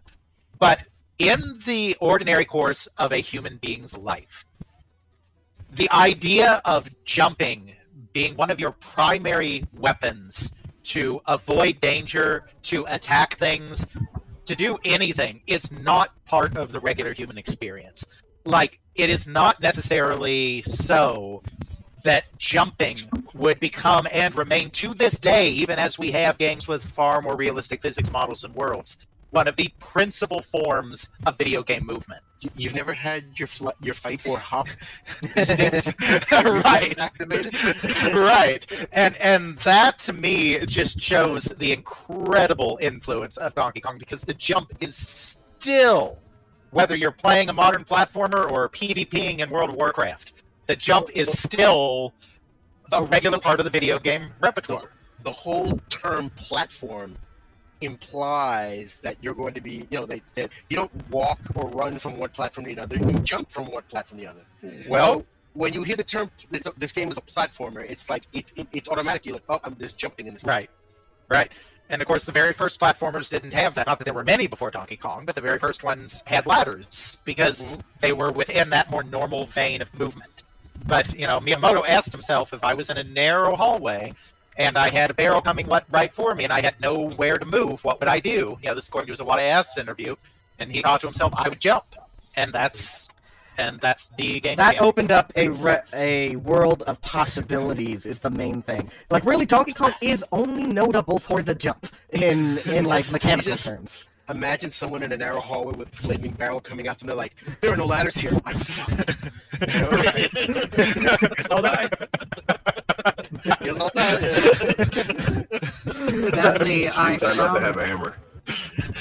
Incidentally, I found an episode of Popeye where Brutus throws a barrel at him and he jumps over it. I've seen that one. Yeah, and there are, if you look back at like old Charlie Chaplin, things like in slapstick and animation, there's been jumping, sure. Yeah, so I think, I mean, the counterfactual would have eventually got there, but there was a lot done with it just within Donkey Kong. The idea of ascendancy, the idea of going up rather than going laterally or or being stuck to a plane where it literally opened a whole new dimension of what video game characters could do. Mm-hmm. I think it's the tension that matters here. You can jump, but you can fall. You can fall far and not make it either. And in those slapstick movies, in those Chaplins, yes, you see him doing incredible feats, really choreographed acts that he makes look so easy, but it's not. The more you think about it, the more you realize, oh, this seems so archetypal, yet it's something we barely ever do. We don't do these either death-defying leaps or dance-like maneuvers to get out of the way of Goliath over here. And so you're just the idea of a move set, of a thing that's both these actions that are as artificial as they are seemingly natural to do in these games because of you're subconsciously aware of the constraints placed upon you, upon your avatar. And so how you break them. That is a part, to me at least, of what constitutes a skillful play in a game. Dale, how many points have you gotten in Donkey Kong? All I know is that in the summer of 1982, I feel pretty sure that I helped support this fledgling company I'd never heard of, Nintendo, by cramming at least $100 worth of quarters into that thing. And if I got to the third level once, I think I was doing well. To be quite honest. To this day, if I hear the song Abracadabra by Steve Miller, I also actually hear the sound effects of Donkey Kong. It's permanently burned in my synapse. So, I actually had to learn how to get good at Donkey Kong because in Donkey Kong 64, there is a mandatory minigame in which you need to play original arcade Donkey Kong. So I actually learned how to get to the 4th level of Donkey Kong. Nice. Didn't you also have to get good at jetpack? Yeah. That one I don't think was mandatory. Yeah, true. But yeah, I did play that as well. Yeah, that was a weird time. And of course it's especially weird because Nintendo has refused to release the entire original game pretty much ever since because of legal problems related to it. Man, Donkey Kong got in a lot of legal issues. Yeah, but then they managed to get the Popeye license. They did. And then they made the Popeye game, which I also like, and I know a lot of people here don't. I like the Popeye game. I like it. It's fine. It would never be in my version of Hall of Fame. But Oh, yeah, no. But I think I'm just saying I like it. I've heard a lot of kangaroo anyway. Because, and the difference is with if Popeye was the game that came out first, I don't think it would have landed nearly as well, and, it definitely would have had the influence just, on the fact that it doesn't have the jump. Right, exactly. But also, it's the first appearance of Mario, who is a character who's maybe bigger than Mickey Mouse now. I keep waiting for somebody to eventually try to get a WADA graded version of the cabinet. Yeah. Oh no! Don't bring that into the world. Don't bring these ideas. All right, next thing. I'm pretty sure I've seen slabbed boards. At the museum I work at, there is in fact a Donkey Kong cabinet. The strong has the Donkey Kong. Well, I mean, a lot were made. Yeah. I'm not, Yeah. I'm not saying that. But a lot were destroyed, though, too. A lot were destroyed, too. It's rarer than you would think, because a lot of them were converted, the Donkey Kong Juniors and whatnot. And, yeah. I mean, it's not rare, but it's not as common as its tens of thousands of sales would. Yeah. Though, I've seen a lot of them. It's not endangered. No. Even in its original form. What's worth more, an original radar scope cabinet water graded, or one of those red-sided Donkey Kongs? One of the few that actually got converted. Oh my goodness. Oh, wow, that's a good question. Because I swear the one that I played way back in the day had a red side, but that could just be a flawed memory from long ago. Yeah, right. Might have been. I feel like I wasn't in a geographical place that would have merited having a radar scope conversion. But maybe, it was like a family vacation joint, so.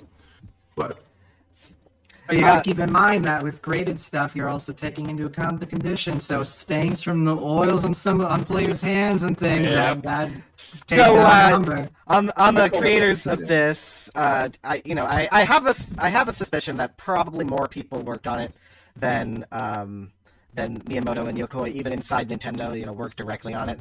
And then Ikegami Tsushinki, we don't know the names of the people who programmed it, but that's about as good as you can get. Yokoi did do some significant heavy lifting, and he oversaw the project, so that's why I made sure to put him as one of the authors. I would say he made significant contributions to like what it ended up becoming as far as suggestions about levels and things. Or And he probably helped Miyamoto understand like what you can do in technical limitations. You know, it's all kind of vague, but that's kind of my belief. But any final thoughts on Donkey Kong? it was possibly only the second video game to involve a damsel in distress plot. If this The game first being sinks, Sheriff. if this game tanks, if it's garbage in 1981 for whatever reason, Nintendo doesn't exist. Nintendo of America. Yeah, in America, I think. Yeah, Yep. Nintendo would have been fine. And maybe he comes back later, but never takes that same pathway if this causes, like, red ink to spill all over the books instead of becoming a smash Or on the hit. side of the Donkey Kong cabin. You probably wouldn't be getting Super Nintendo World in Florida in a couple of years. Dude, I was a bit distracted a bit by my kids screaming at each other, but I wasn't mentioned much about like the sort of the seamless integration of the narrative into an arcade game. Because I mean, sure, you've got narratives in other games, but I mean, to be able to fuse that into an arcade game is something a bit unique for the time. I mentioned that in the write up. I think I remember one of the first video game history books I read was Chris Kohler's Power Up, and he makes a huge deal out of the narrative. I think he overplays it a little bit. Yeah, especially since Sheriff kind of did it all first. Yeah, but it's not nearly as vivid. But I think that is over multiple levels the same way.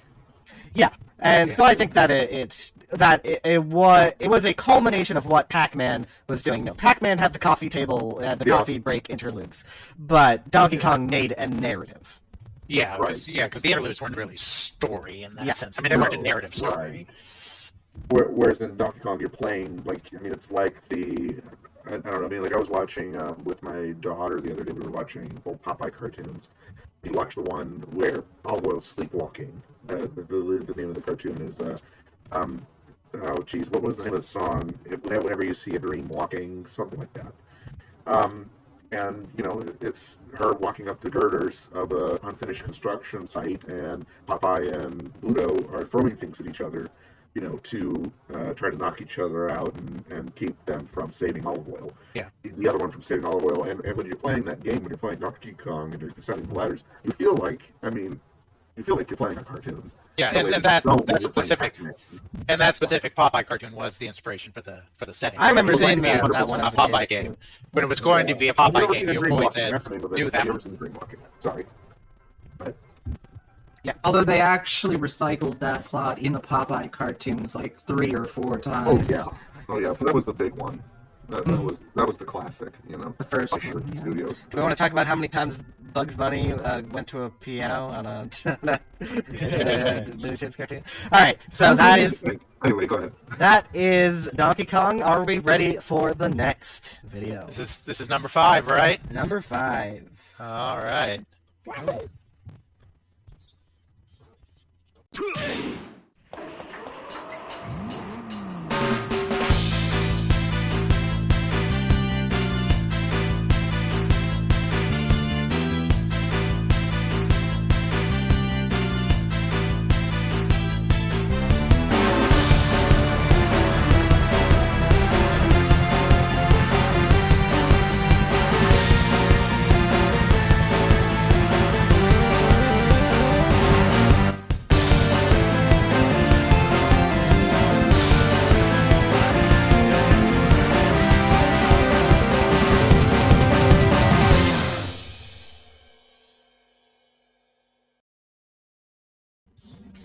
Finally, a game I know.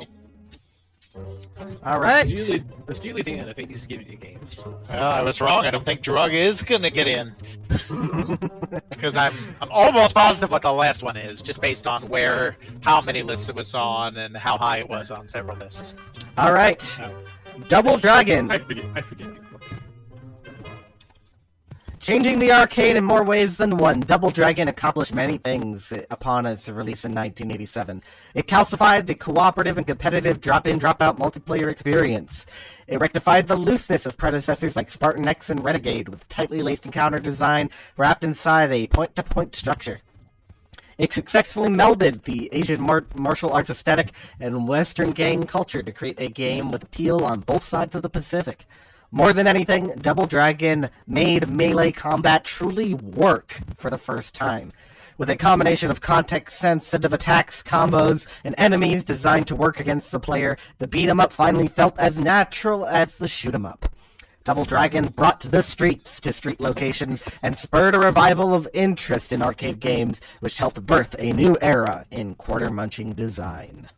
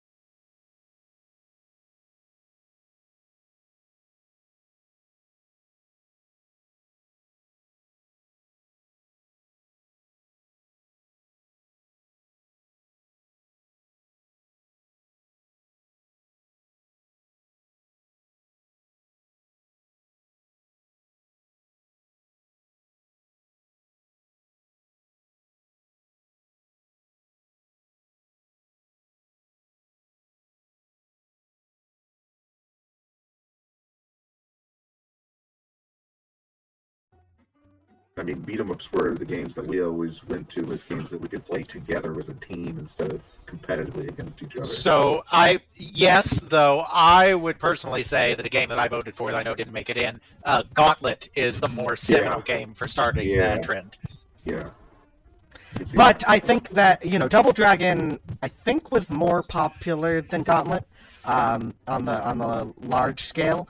And I think, having it just be 2 players rather than the max 4 players, I think helped in terms of just literally drop in, drop out.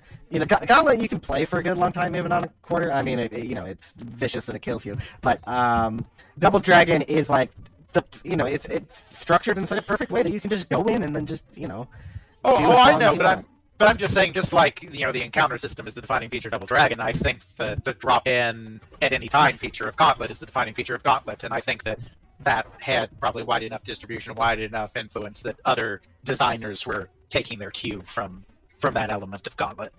Also, another thing that Gauntlet had over Double Dragon, and I say this as a Double Dragon fan, is that Gauntlet, when you had more than one person playing, did not slow way the hell down and become almost unplayable, because it was programmed on slower software than what the developers needed to make that work. Mm-hmm. Was the arcade game itself suffer from slowdown in that? Oh, yes. I don't play the arcade game much. I'm just familiar with the NES game slowdown, so. Oh no, the NES game slowdown is nothing compared to the arcade. Yeah, the arcade is awful. It's so bad that in MAME, they actually, fixed it, and people were like, well, this is not actually accurate. I know this isn't accurate because, you can play it. Nice. Yeah, it is. I think it is sorry, go Fox. You first. No, you go.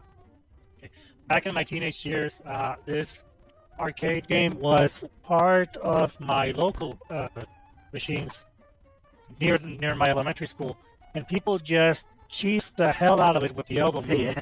Yeah. Because, you guys were right that it had a lot of defining elements that were later refined by other games, but the game itself was cheap as hell. Even when you had, even when you knew exactly what to do, the game would cheat and hit you. The CPU had way higher priority than whatever moves you had, except for the elbow. And even when you knew that your attacks were gonna hit, they always got you first, and they broke your combo, and they killed you, and that it was designed to eat your quarters no matter what. and okay, And I know a lot of people. You mentioned two-player co-op, but back in my day, we used to beat the hell out of each other. Play one player two, just so because we could. No other games at the time let you do that. But you know that when you reach the end and after you beat the final boss, you have to fight against player two to see who wins the game. And that was another thing that I'm pretty sure this game did first. Absolutely, and certainly its impact on the coin op industry was huge, because a lot of people kind of assume, just because Street Fighter 2 was such an outsized hit, that like arcades were dead. Street Fighter 2 came and arcades revived, and in point of fact, that period from 87 to 89 was actually a more successful period for the arcade overall, and revenues went up every year.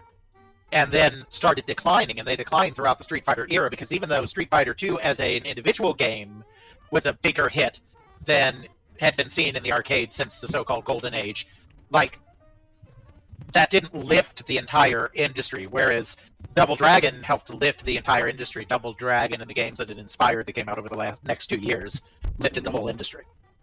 Double Dragon definitely had more of a cultural impact than like Gauntlet did. Oh, for sure. I mean, it had a movie. Yeah. You had a cartoon. Why doesn't Gauntlet have a movie? Yeah, well, I mean, that's basically just it would just be would be the D&D cartoon again, and that sucked. So. Yeah, no, the cultural impact. I was not in any way comparing the cultural impact of Gauntlet and Double Dragon. I was just saying on that one feature of drop-in, drop-out co-op that I do think Gauntlet was probably the bigger influence, because even if players gravitated more towards Double Dragon, I'm sure that the Kishimoto and the team were taking notes from what Gauntlet did when they were doing, drop-in, drop-out co-op.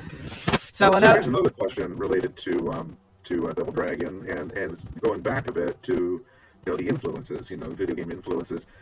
How many years will it take before we induct Streets of Fire? I mean, very. I was thinking that. Streets of what? Very possible. I mean, particularly on Final Fight, and he gave, I forget which one of the two, whether developers of Final Fight did the interview with Retro Gamer. They asked him about it, and he was like, "Oh no, that wasn't it at all." But now that I'd never heard of this, now that I look at it, yeah, they do look kind of similar. And I'm like, that was a complete bullshit answer, because they don't like to admit they stole things. You so based Final Fight on Streets of Fire. Don't even do that. So, I think with Double Dragon, it's very much like Street Fighter 2. Variety, helps make this game truly something special. That you have the enemy variety, then you also have the ability to pick up weapons, and you have varied stages. That's what makes it different from something like Kung Fu Master. I want to say one big, very important thing that makes it different from the beat-em-ups that came before, like the Kung Fu. I call them the Kung Fu Masters, all the clones of Kung Fu Master. The biggest way that Double Dragon was different is that all the Kung Fu Masters, all the enemies took exactly one hit, and this is the first scrolling, fully. I mean, there was what's Renegade. Renegade is a beat 'em up, but it doesn't have these huge scrolling levels, like beat 'em ups traditionally do. This was the first one with big scrolling levels, and it had perfected early on we'll give you these easy guys that maybe take 3 to 6 hits. It establishes a rhythm that feels good rather than just hit that it just changed everything for beat 'em ups going forward. Even beat 'em ups that were made after this, if you played Bad Dudes and you weren't paying attention to the fact that all the enemies in Bad Dudes are one-hit enemies, you play through Bad Dudes and you get to the second level and you're I'm bored of this game already, and I don't know why, because this is fun, this is a cool premise, but why am I bored already? And it's because it doesn't have that rhythm. Right, and that's why I think it's the beat 'em ups are probably a huge influence on the fighting games too, because even if they weren't copying one for one, just that idea of attacks flowing into each other and feeling so good when you're hitting something, I think is something that Street Fighter 2, I mean, not necessarily consciously took from the Double Dragons of the world, but it's in the DNA there somewhere.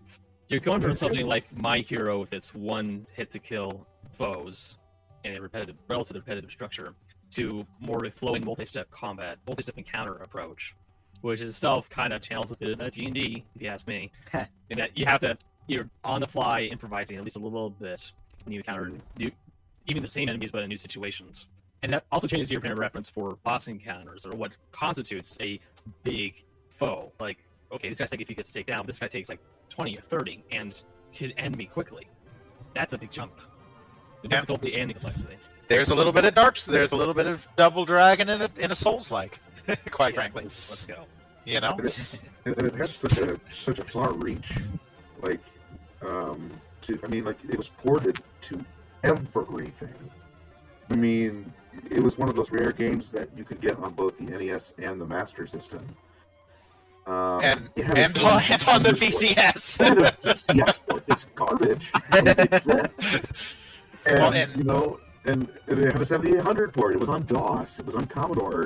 And everything. And it was a massive hit on the NES. We don't have complete sales figures for NES games, unfortunately, but we know Double Dragon sold at least 2 million units. And there were, even though a lot of third-party games did well on the NES, like multi-million sellers were almost exclusively the realm of Nintendo first-party games. There were very few third-party games that sold multi-million copies. I mean, it sold million, just not multi-million. And Double Dragon was one of them. There's definitely, I said this when we were doing the voting, there is a case to make that Double Dragon NES is worthy of the notable table on its own. Because, as I say, I only count a specific version of the game, and that is not going to change. But Double Dragon NES might have, it is a unique port that, was created out of the original game, and it appears to have had its own brand of influence. But someone else would have to make that argument. Funny bit of trivia, in the UK, they did not get the NES version of Double Dragon right away for reasons that vary. It might have been down to Nintendo's hold on production and kind of limiting production in the UK so that they could use all their resources on producing US games. I think the chip shortage might have been related. But anyways, as a result, the Master System had a temporary Double Dragon exclusive in the UK for years that reportedly may have made the Master System sort of the killer app against the NES. That's very interesting. This is real trivia, but another interesting thing is Renegade actually had a sequel in the United Kingdom on computer platforms. Total Renegade? Target Renegade. Target Renegade, that's it. Because when they, I think it's Ocean, right? But yes. When Ocean licensed Renegade, they were given the rights to create a sequel as part of the rights package. So they created their own sequel to Renegade. So that's all to say that I would totally believe that Double Dragon was a killer app on Master System in the United Kingdom if it was exclusive for a time to Sega, because that entire series of games was hugely popular in Britain. I have talked to the guy who locked down the license for Trade West on Double Dragon. John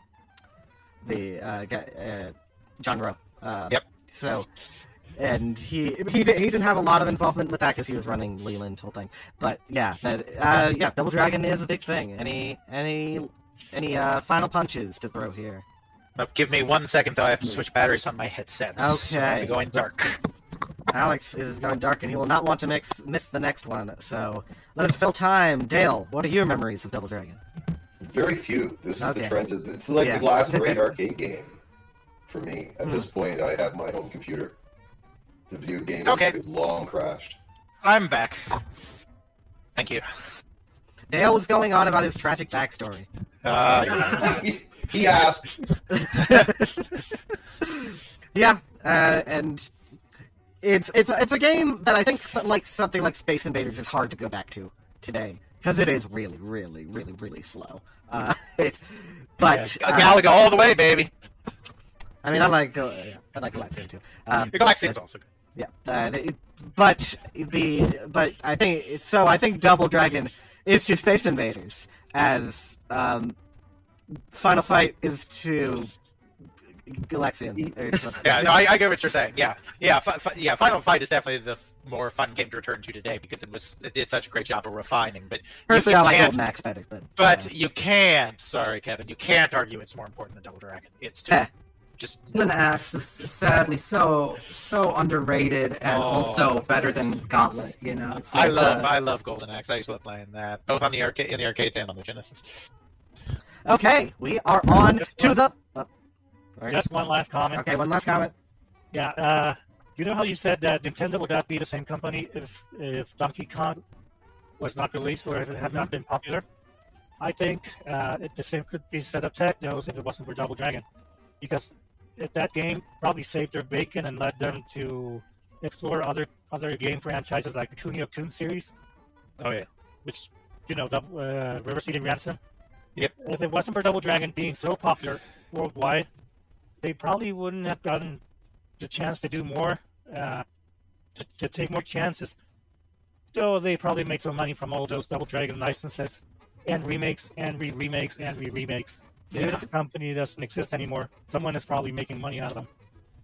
Yeah, and it's the same people supposedly that are still making money. Yeah. Though I tell you, Taito was laughing all the way to the bank on that one because they profited from Double Dragon in some ways way more than Technos did. All right. No, but I mean the licenses for European computers. I mean the damn game got an Amstrad CPC port. Yes. What's up to the Amstrad? Well, a lot of people did. But anyways, let's get on to the final notable of the list. I think I know what's coming. I won't say it. I think I know.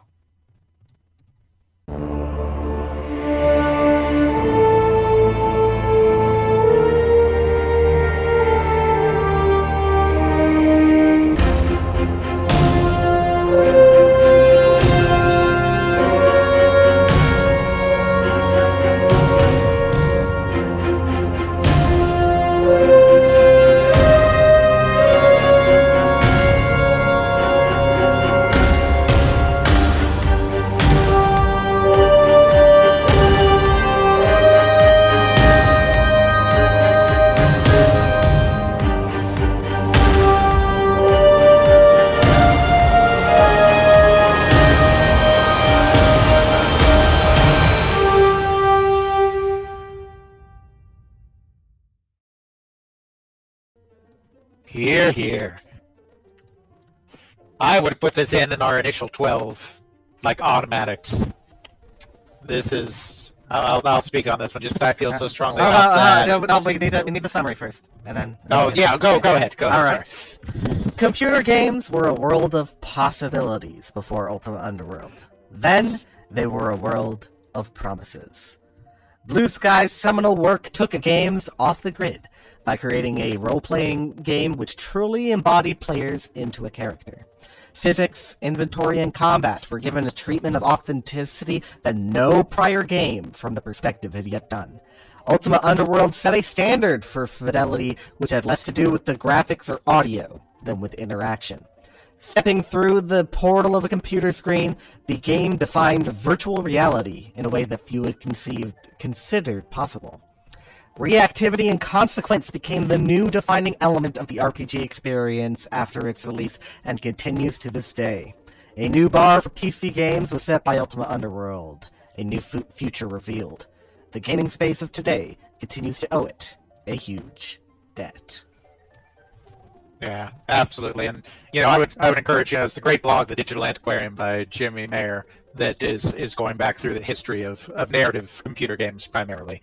And he's a brilliant writer, and a lot of his articles are good, but I think his blog post on Ultima Underworld, he does the series of them, but the specific one that's about how it took games off the grid is a must-read, because it sums up better than any of us could why it's so important. But this was truly the first immersive 3D world that was a fully realized texture map space. Yes, you had games like Elite or whatever where you could have an immersive 3D galaxy, but in terms of being a person in a location and being able to move around that location, it was just a new era had begun. And of course, very famously, John Romero had used to work with some of the Blue Sky guys at Origin, and he had a phone call where they were telling about this cool game they were working on, and then he said to John Carmack's like, hey, they're doing this thing where they're doing this, texture map 3D, and, his message to him said John Carmack sat there and thought for a moment, and he was like, I can do that. And so it's a big step on the way to Wolfenstein, Catacombs 3D to Wolfenstein 3D to Doom as well. Now, Alex, you have said previously that there are two eras of computer gaming at the very least, of before Doom and after Doom. Yes. Do you think it is possible to quibble that it might be before Underworld and after Underworld? Well, no, because Doom is the one that put in the popular, imagination. I mean, to extend the analogy, that it comes from B, C, and AD. The Christians didn't make the, they.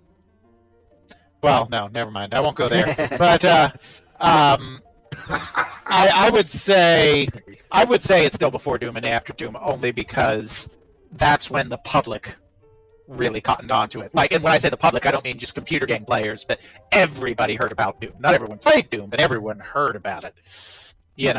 So yeah, I mean, you could make the argument with Ultima Underworld, but both incredibly influential. I would have put both into our automatic 12. I was a little annoyed Ultima Underworld wasn't in the automatic 12. But that's okay. It's here now. It's home. It can rest now. And Pasicon, I know that I know you had a lot of had a good following in Japan as well. Ultima Underworld had something of an impact among Japanese PC players and developers at the time. I believe it was either I think it was Imagineer who contracted I think it was Infinity Co. of the Battle of Olympus people to localize Ultima Underworld for PC 98, and then they and other companies would have done console versions of going into 1994 in particular was when they start to crop up. I made a thread a while back on Twitter about the uncanny similarities between Underworld and King's Field. The 1994 King's Field, not the one we got on PlayStation in the States, but FromSoft's very first game, their first dungeon crawler, King's Field. And of course, you can see the obvious similarities. They're both texture-mapped, off-grid dungeon crawlers with a sense of embodiment, some degree of simulation, and a degree of non-player character interaction in King's Field. But I still feel Ultima Underworld goes much further in that aspect, bringing with it the character and world apparata from the Ultima series before, and putting that into a really distinct, all degrees location. Yeah, for those who have not played Ultima Underworld, it's hard. It's not easy to beat, but it is a great role playing experience too. There's you have to do factional things. There's so much of what Elder Scrolls is in Ultima Underworld, even beyond Arena and Daggerfall, which it most resembles. There is so much that has become what mainstream RPGs are, and even beyond the mainstream, the idea of the quote-unquote immersive sim. I hate that genre term, but Elder Scrolls is basically what would happen if Ultima Underworld and Ultima 7 had a baby. Yeah. And I mean, and in Ultima Underworld 2, a lot of those Ultima 7 elements get kind of integrated in as well. So yeah, the Ultima series is very important on the general aspect of Ultima Underworld. It's not just that it's a 3D dungeon crawling game. I voted for Ultima 3 as the thing, so this is our first Ultima game to get in. Yeah, I haven't really known much about Ultima Underworld. I feel like it doesn't get brought up very often in terms of influential games. And, you and Alex talking about it makes it seem like that is a severe oversight. Yes. Is that something that you think that is true and that you want to see rectified? Absolutely. I agree with that. I mean, I've seen it talked about normally just in the space of what first-person games could be. But I think it extends way beyond that. I think that Ultima Underworld is just a pinnacle example of of how you can conceive of a computer game world that has these sort of physical interactions. Think of Breath of the Wild for a sec, where it has this idea of you set fire to something and then, it has a physical reaction. There are very minor elements of that in Ultima Underworld. There are things like weights, where you throw stuff onto a thing, and then it will balance you out depending on how much weight is on one side. That sort of thing, that, at the time was beyond astounding, and it changed the way people thought about these types of games. And of course, Looking Glass would go on to do define that. I was going to say, I would go further. Not just talking about Underworld, though obviously it's the most important one, which is why it's the one I voted for. But we are basically living in the AAA space, not counting like some of the indie stuff or default stuff, but in the AAA space, we are living in the world that Blue Sky Looking Glass created. Like, no company has their fingerprints on modern AAA games to the same extent as that studio. I think they are one of the most consequential video game developers in the history of the industry. Like, if you were going to have a Hall of Fame for developers or whatnot, I mean, I haven't given this huge amounts of thought, but they would be top 3. Like, and there needs to be, and maybe Ethan will do it because he's done a lot of interviews, but somebody needs to write the book on Blue Sky / I'm working on it, because they are kind of the unsung heroes, because so many of their games, I mean, Underworld was a hit in its time, but so many of their other games were not hits in their time, but they've defined everything. Feel like, tell me if you agree with this or not, but, like, everyone who knows a little bit about the history of video games,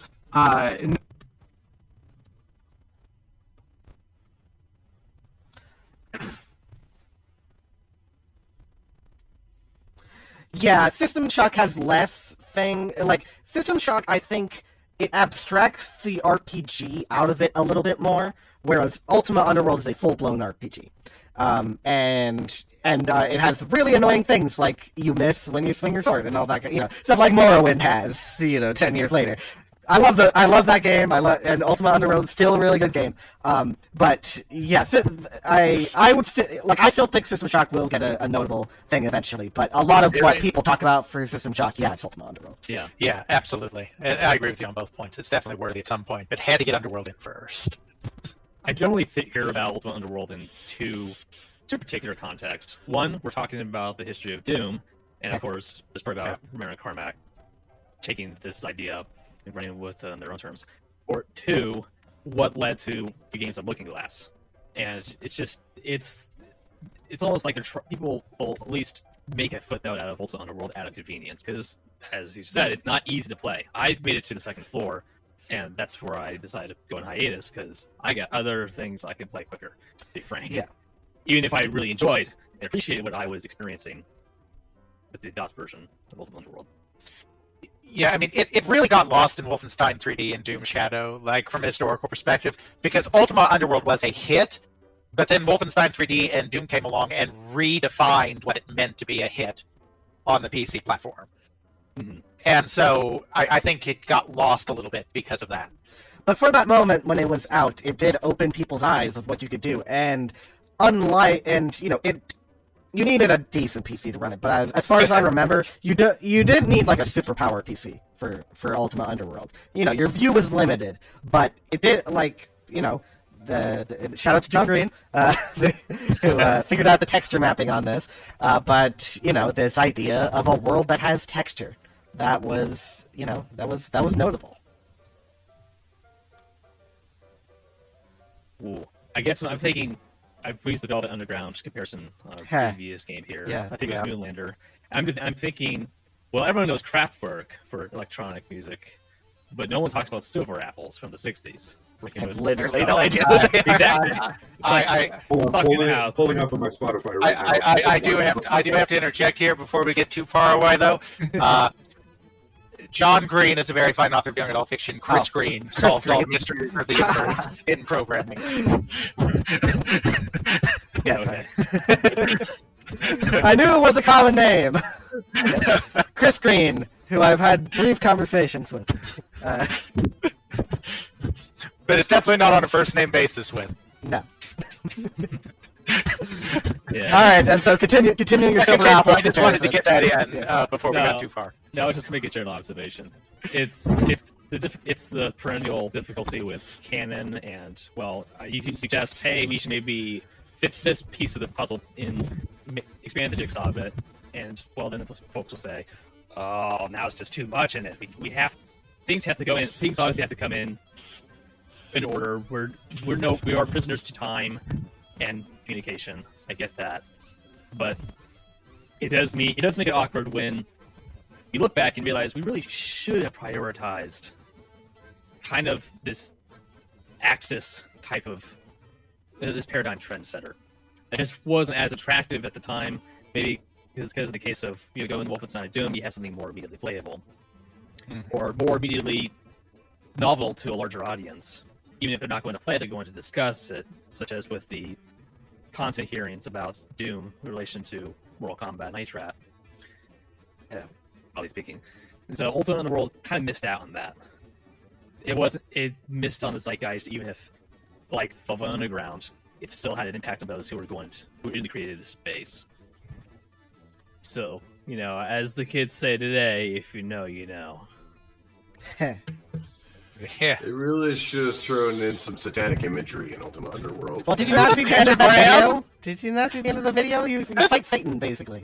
Yeah. There's a pentagram on the box. You're right. You know what? This is a marketing failure somewhere along the line.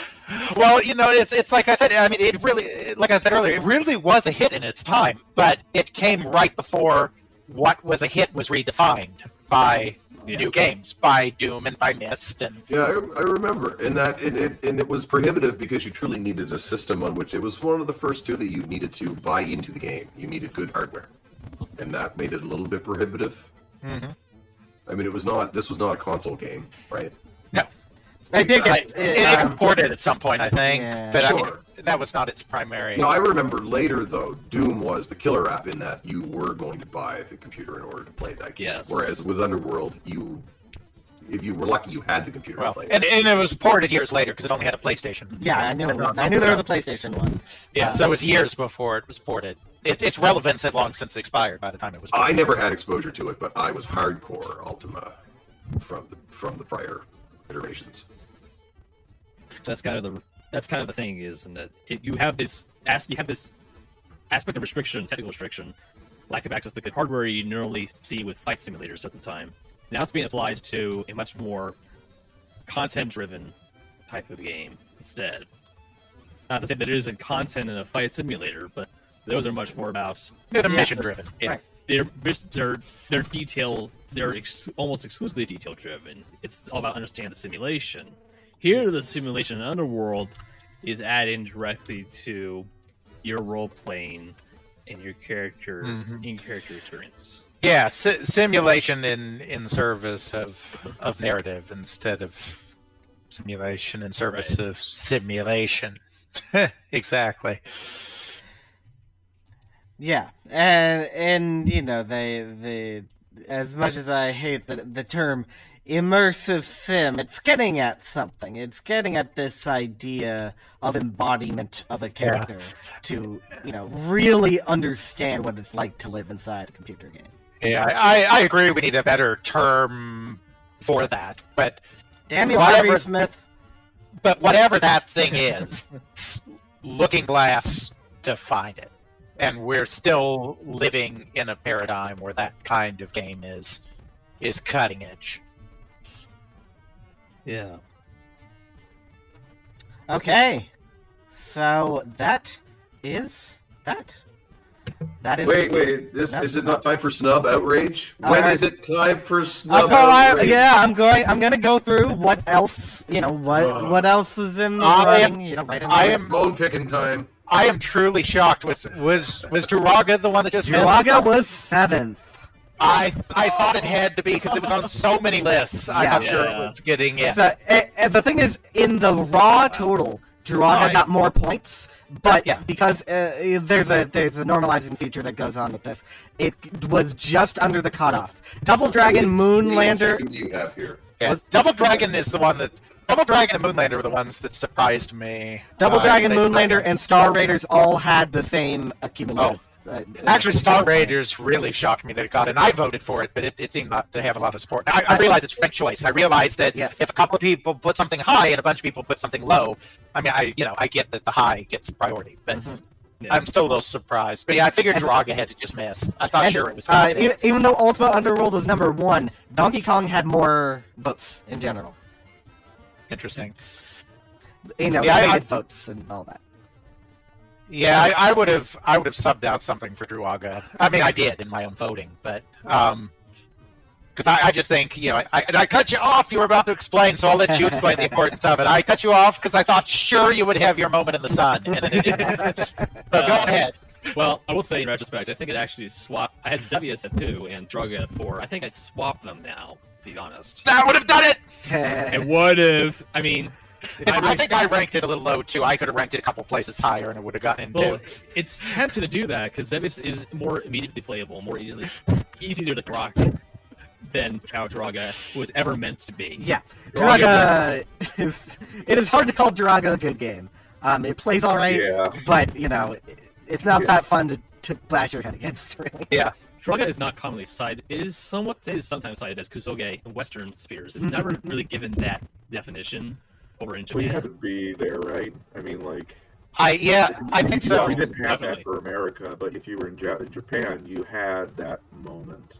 And I really think the expectation of hidden objects in games in Japan, because I mean it didn't influence anyone who was making games in the West, obviously. But you know, I mean, obviously the Zelda influences are obvious. I mean, that's all there. But I really have come to believe, even though no one said it, that the reason we have hidden one-up mushrooms and hidden starmen in Super Mario Brothers is probably also a legacy of Druaga. Oh, 100%. Almost 100%. Yeah. Given they were already looking at Pac-Land, it's no stretch to say they knew about Druaga, and the Miyamoto himself in one of the early 2000 interviews cited games such as the Black Onyx for Zelda.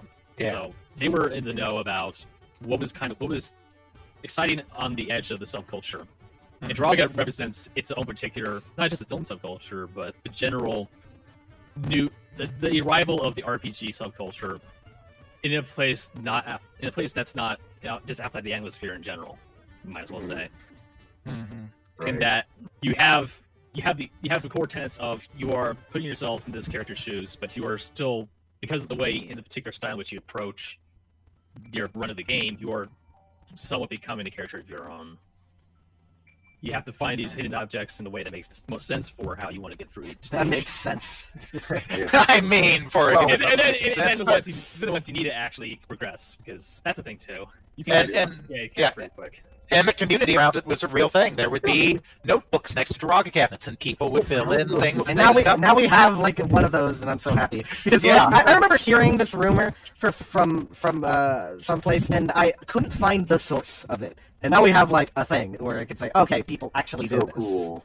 It's so cool. And you know, tying back in again to our influencer, Masanobu Indo heard about this thing, Dungeons and Dragons, in the United States.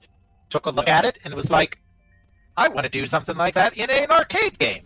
Yeah. And, you know, D&D is just the gift that keeps on giving in the video game world.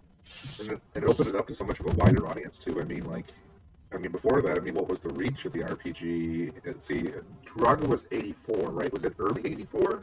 Mid 84. Mid 84. Mid 84. There was like a bit of like RPG influence, right? Like I don't know, let's say the PC 8801 had Dragon Slayer. Dragon Slayer was around, but no, that was actually at the very end of 84. Oh, I understand correctly.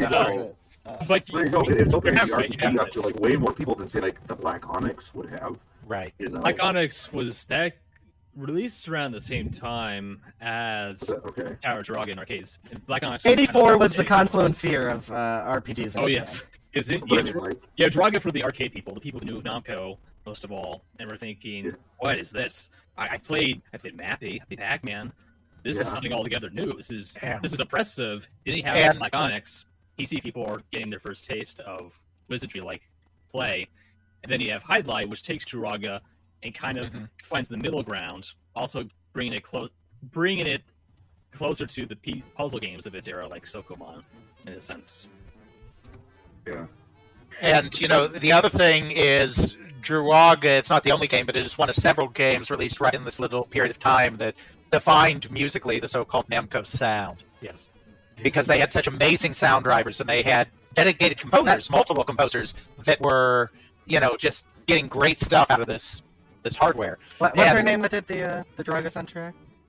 Did Ozawa do that? I think it was Ozawa. Yeah, Ozawa. I think it was Ozawa who did. Yeah, I mean, it's really good. It's really good. And the thing is, even beyond the RPGs, going back beyond the RPGs again, Yep, it's Ozawa. Nintendo defined the way we think of 8-bit video games because they had the NES, and that hits more homes worldwide than arcades can, even when arcades are popular in Japan.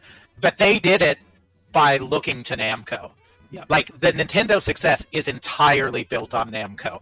And I think that's, in terms of using the secrets, in terms of how Pac-Land and Druaga were such influence on their gameplay elements, and I think the Namco sound and the music was a huge influence too, and both an influence as an example and as a counterexample, because for instance Hip Tanaka with Metroid specifically was rejecting the Namco sound when he created that soundtrack. Going back to the journal for a second, I think it's key that in the absence of easy access to BBS networks for a majority of these players, the increasing prominence of these local bulletins, these journals in the arcades, and these increasingly the literature you see in high school clubs became more and more important, especially with many of these kids growing up on the Famicom at home, starting to exit elementary school, starting to go into their secondary schools. And this kind of community aspect starts to build up generationally. You see the transition between generations. I think that, Game Freak could never be a professional magazine anywhere outside of Japan. It never could have been, because it's just the social need for something like that wasn't there. But in Japan it was, and that's why it became successful. And there was also a very strong look. The reason something like Dragon Quest became successful even comes out of the same thing, because there was this great symbiotic relationship between the weekly magazines like Shonen Jump and the video games that were starting to come out that had more and more secrets or more expansive worlds and whatnot in them. And the pairing of Hori and Toriyama, was instigated by the editor of Shonen Jump, because Shonen Jump was very big in developing the RPG, because they needed scoops on games to be relevant. To get scoops on games, they had to have good relationships with the creators, and it became a symbiotic relationship where they were helping the creators get their games created so that they could have the scoops, so that they could have the secrets, and it goes back to that culture that it started developing in the Game Center around people discovering things and then reading about what the people who came before them had seen. And in the broadest sense, I think the Endo's masterstroke is realizing there's a kind of vendor lock-in with how game information, game fandom is transported through magazines, and not through any kind of decentralized fandom per se, but through these relatively official organs. And with Tower Draga, he wanted to make a game. He succeeded in making a game that was so confounding to even the most professional of these players, the Akira Yamashitas of this time, that fanzines and like Game Freak and other grassroots ways of telling each other how to play this, it started the kindling. It was the kindling for what the dojin subculture you see with games today. If you go to a comics market at any time twice a year, you see people making games basically for each other's small little circles, each other's little clubs. And that grows out of this, where you have Draga spanning the arcade, console, and PC spheres by introducing this new way of decentralizing fandom. Itself. And it's interesting. I mean, Mouse in the Window. I mean, if you're in the West and you're kind of interested in video game history, you heard the name.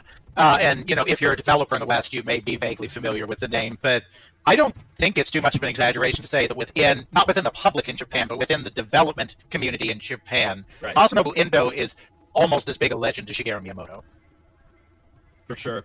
I know that the Shogi, somewhat known Shogi game creator, Kazuo Morita of Morita Shogi, as soon as Xevious came out, he was trying to figure out, how do I make this work on a PC? Then he looks at Draga and says, I'm doing the same thing now.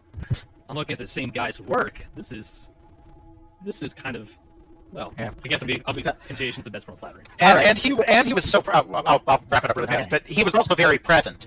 He was always in the magazines. He was always doing talks with other developers. Like, his philosophy of game design was repeated far and wide over and over and over again. And in that way, he became a big influence even beyond the specific couple of games that he made that were so influential. People think of Miyamoto as something of a showman, but the showman model for the Japanese game designer kind of starts with Endo.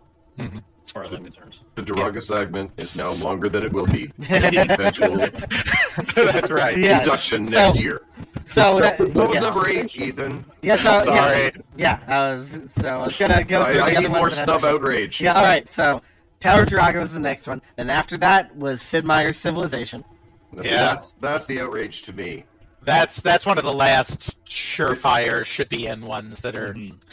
I believe I voted for it in the first round of votes. Yeah, I mean, Tech Tree. I mean, there's a million things it did, but just Tech Tree, those 2 words alone. Next question. You know, it's like. Screw you guys. Next year I'm putting Mattel Football number 1. Every upgrade path in games today is in some way derived from the Tech Tree. So then, It would have been my Mattel football. I mean, I voted for it. It could very well get it. I mean, it was number 8, so it is entirely possible to get in. Then another Ando work, Xevious, was after that. Yep. But we chose we chose Scramble instead. Okay. With that. And then Ultima 3, which was my big push. Not a bad choice. Yeah, and I've heard there's a specific person who said that Ultima 3 is basically the birth of the JRPG. You know, its format is very Dragon Quest, but there's still stuff that is Western influenced, and the tactical combat and all this stuff influences Western RPGs in very deep ways. There is a direct through line from Ultima 3 to Mugen no Shinso 2 to Dragon Quest. Basically, to give an example. Yep. So, and I would say that Ultima 3 is more, it is more important than Ultima 4. Even though Ultima 4 has this, the thing is that Ultima 4's implementation of what the quote-unquote morality mechanic is very specific to that game. I think that it would, I think it has an eventual shot, but all of the gameplay basis comes from Ultima 3. I mean, I agree with that. I mean, they're two sides of a coin in a way. And while I agree that the morality system is, not replicated anywhere else, I do think it's because of Ultima 4 that we have morality systems ad nauseum in RPGs, even though other games implemented it differently. Then, Absolutely. then after that, Alone in the Dark, which I think is a very worthy choice. Yeah, I included it in my top 20 most influential games, I think, when I was doing my 100 countdown, and I voted for it in year 1, and I left it off in year 2, but it'll probably be back on in year 3. Let's see, what place did I put it at? Because it was, it solved the technical problem ingeniously of how do you do 3D on systems that can't really quite handle 3D yet, and the success of the PlayStation and certain games on the PlayStation owe everything to Alone in the Dark. Final Fantasy VII, and of course, it codified a genre that just kind of sort of existed. Yeah, and there's still plenty of very popular entries today in survival horror. Yep. It'll go back on my list last year. I took it off this year, and then a lot of people voted for it, and I was like, oh, maybe I should have left it on this year. Then Mario Kart 64. That one, throw it to Kate. Not a huge amount of votes, Mario Kart. but it had very high votes for those who voted for it. Higher than Mario Kart original. Nobody voted for Super Mario Kart. I would put Kart Original in first, personally, but I'm a big influence person. I know, Kate, that you're more a combination of influence plus a very refined version of the thing, and there's no doubt Mario Kart 64 is a far more refined version of the thing. So I do see where you're coming from. To me, Mario Kart 64, like I was like, if we've already inducted Super Mario 64, Mario Kart 64 is way more deserving than the original Mario Kart, and it should be in there if Mario Kart 64 is in, or if Super Mario 64 is. I mean, I can see the argument. I would put Mario Kart in first, but that doesn't mean I would not put Mario Kart 64 in, because clearly, great game. Then Oregon Trail, the 1985 Apple version. It's pretty much the same sort of point value with Super or Mario Kart 64. Then after that, Breakout, which was on a lot of lists, but just very low. Yeah. Because it's important, but because I think it was on my list somewhere low. But it's important, but it's not Space Invaders. It's just not flashy, man. It's a little bar hitting little tricks.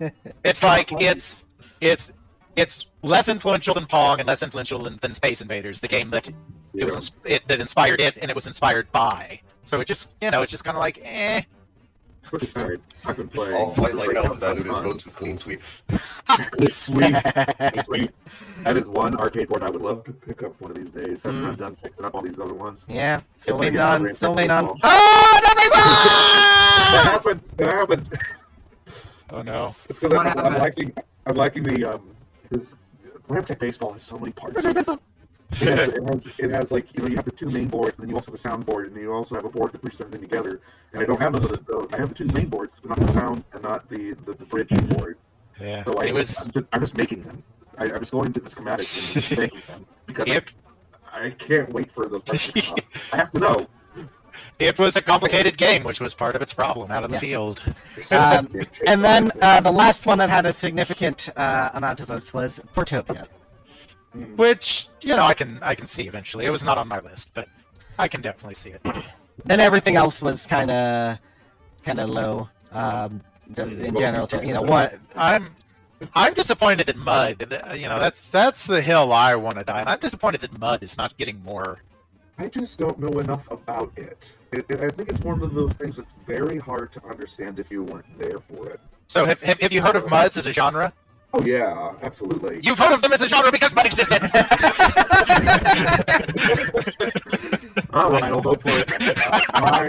Fine. I think we don't have any online representatives, save for like Doom, that has just kind of online mode.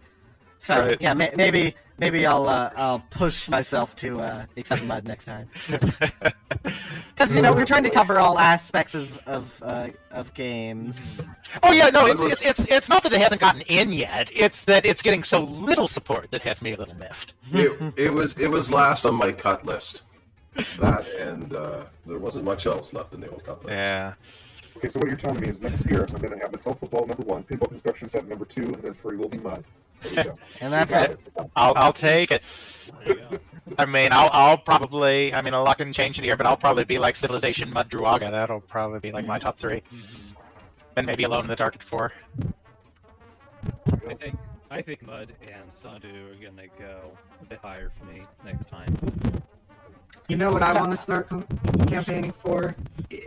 Like, I was reminded of this because when we were talking about Ultima 3. But you know what really drives me crazy about the Ultima games? Is that...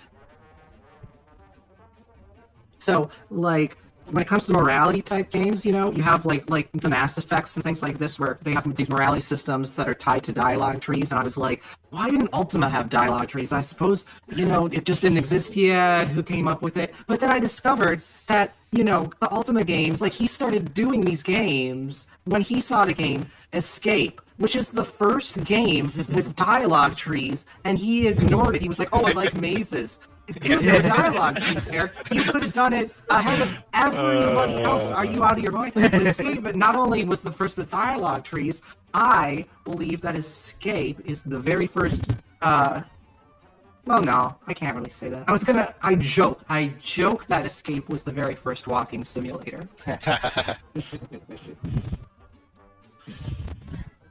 Might count something on Play-Doh instead. There was that one proto-text adventure on Play-Doh that is brought up in Friendly Orange Glow. That was text, but there, the idea of the first-person maze comes out of Play-Doh. Right. Yeah. What are you laughing about, Alex? Giggling over there. Oh no, just enjoying the moment. I mean, mazes come out of Play-Doh and also come out of maze. Right, I was thinking more maze war. Yeah. Which is properly called maze. In some, it's sometimes called one, sometimes called the other, but I think it's properly called both, but I tend to go by maze anymore. I think part of, I could argue with myself about whether Escape counts as a walking simulator, because I'm like, well, it's not quite adventure enough, but on the other hand, I'm pretty sure that Escape was created, he said he created it in reaction to the typical maze games, but what did he actually mean? Maybe maze? No, I think he probably meant Dragon Maze too, which was a very, very early Apple II game. Was Escape an Apple II game? Yes. Yeah. Yeah. Okay. I'm just looking this stuff up as you guys are talking about it. Yeah. So the Silent Escape.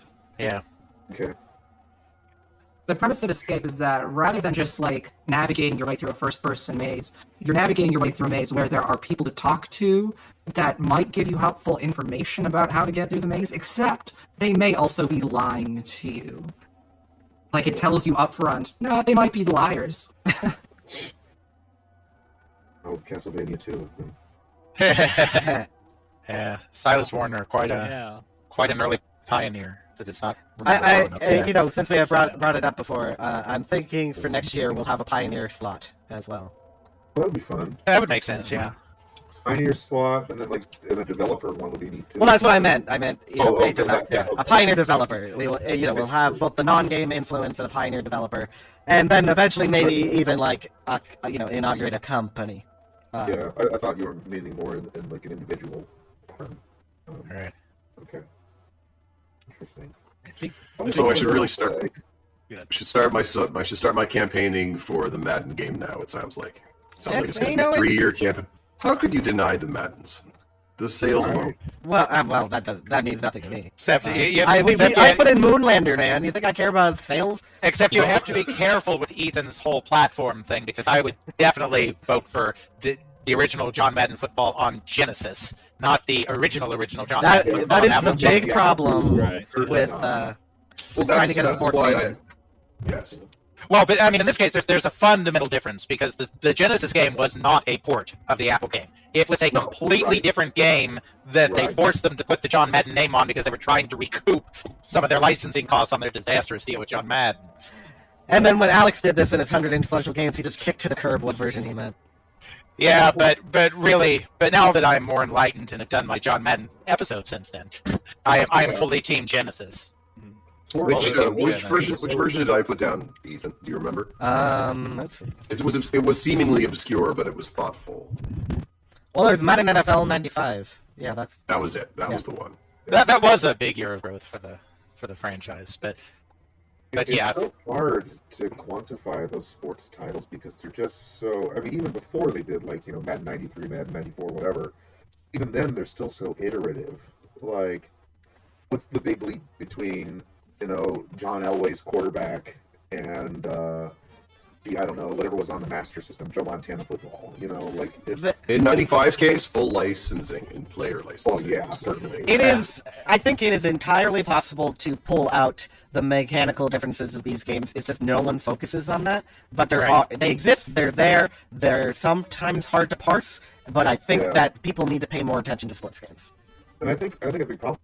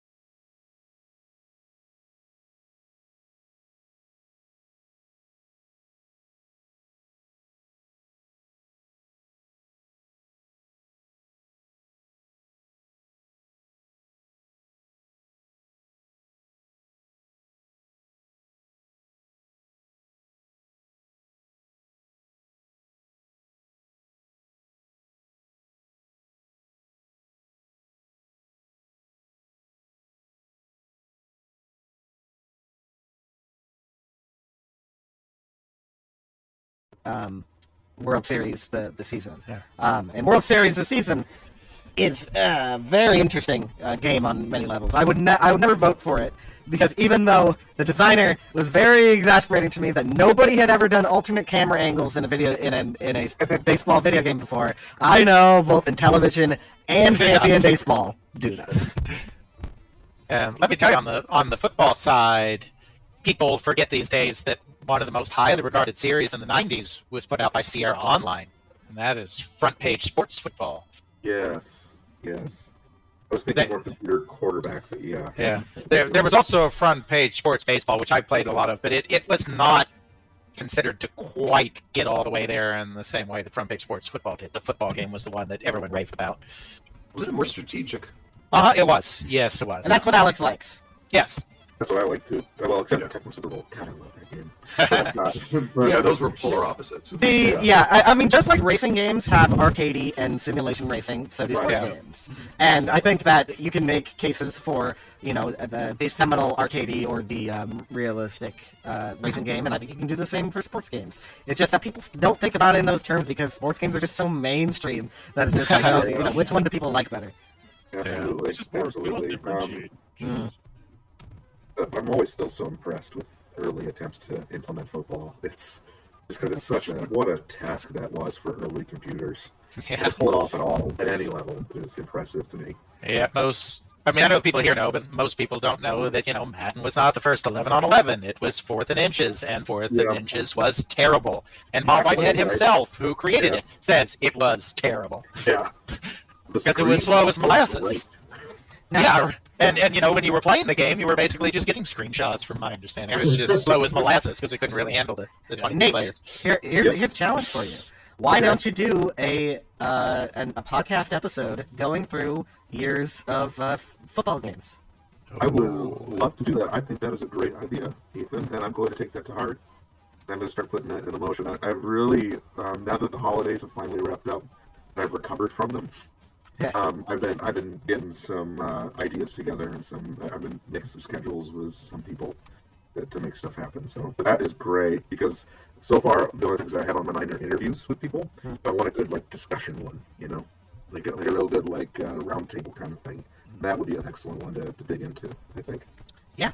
Just like a mini game club, but with a historical eye. Be like, how did they implement this? Yeah. I mean, Atari football, that is. I've played it in a real arcade. I haven't yet done that, and it's been in the Midwest Gaming Classic a couple times, and I haven't touched it because I can't get my hands on it because everyone's playing it. I can see it. I can see it now, though. You do the episode, and they'll be like, "Hey, that was cool how you went year by year through all these football games, but I see you skipped the years 1990 to 1993." It's like, were there no football games released those years? And you're like, there was no football in those years. It was canceled. It's like, are you sure? Yes, there was no football. No, here's the thing. Yes, there was football because that's when my team was relevant. People remembered Buffalo. It's not like now it's like, oh yeah, that's the place where it snows a lot, right? No, damn it. Today I have given suggestions to both Alex and Nate for their next episodes. I have a suggestion for myself, and that is I want a campaign for Sokoban. Sokoban? It is. Okay, all right. I want to do it because this discussion is reminding me of just how mundane yet tied in with identity, even something as simple as the version of Sokoban or the version of crate pushing mechanic you grew up with in that context, like in a Zelda game. How much that how it's like driving for some. It's like, well, this isn't glamorous this isn't particularly glamorous to think about, but it is more important than I've considered. And that's Sokoban to me, because there's nothing glamorous about the Sokoban. You're pushing, you can't pull, and you're in a claustrophobic space. People read into that in a lot of interesting ways. I've seen beyond just the political readings, I've seen some game designers and AI people talk about how interesting this is on a formal level. I think your apps. Oh, sorry. I'm sorry. Go ahead. I would eventually. I think it's very far down the list, but I do think Sokoban is is worthy of remembrance in some way, shape, or form. Absolutely, yeah, because it does one thing, but it's that one thing you've done in all of these other games you've played. Well, it's not even just the moving stuff. It's the way that the puzzle itself is designed. I think influenced a lot of just puzzle games. That's another one we don't think a lot about. Tetris, that's all we need. But I think that there's more to it. Well, I like the Dr. Mario suggestion. That was a good one. That was an interesting suggestion, but yeah. I do think that something Sokoban, despite its seeming anonymity, it does portray that kind of meld of. We have this big. People are big into puzzle boxes these days in escape rooms, And to see that kind of mentality integrated into a game that early on, where you are under very strict, explicit rules, and it's a matter of your endurance just as much as it is you're thinking it out. That is interesting on a conceptual level. It's also indicative of the kinds of the puzzle game design culture of the time. I'm thinking of designers like Nobu Yoshigahara, who created Rush Hour, for instance, which is the little plastic cars you have to maneuver your car through, which is probably a very explicit. I would wager it's a big influence in Sokoban. Yeah. Stuff like that comes to mind. I don't think it's just it's just the one mechanic, the game that proves the mechanic, and then the game just disappears. The game has an identity beyond that. Absolutely. I think you're 100% correct on that, Tom. Like, especially like when you bring up, like, we don't think it was very glamorous. I'm thinking about, when I watched Jeremy Parrish's series on, the Game Boy Works, and I was just like, oh, here we go, another something. But it had that. It had that reach. I think you're right. But don't ever call Cat Trap a Sokoban clone. What's that? Don't ever call Cat Trap a Sokoban clone. Yeah. Cat Trap's far. Although I guess Sokoban is the ship of Theseus for puzzle game design at this point. If we're talking about Cat Trap or Wabi is You is the perfect example. Like it's a I guess it's the modern rejection and reinvention of the idea. Oh, sorry, that's deconstruction. But yeah, I guess that just came to me. I'm surprised I didn't have that in either of my previous lists because I guess it just speaks to. It's in the back of my head. I know my name, but it doesn't come up when I have to put together the list. Why is that? Something is up here. Get to the bottom of this. Oh, this look pretty similar otherwise, of course.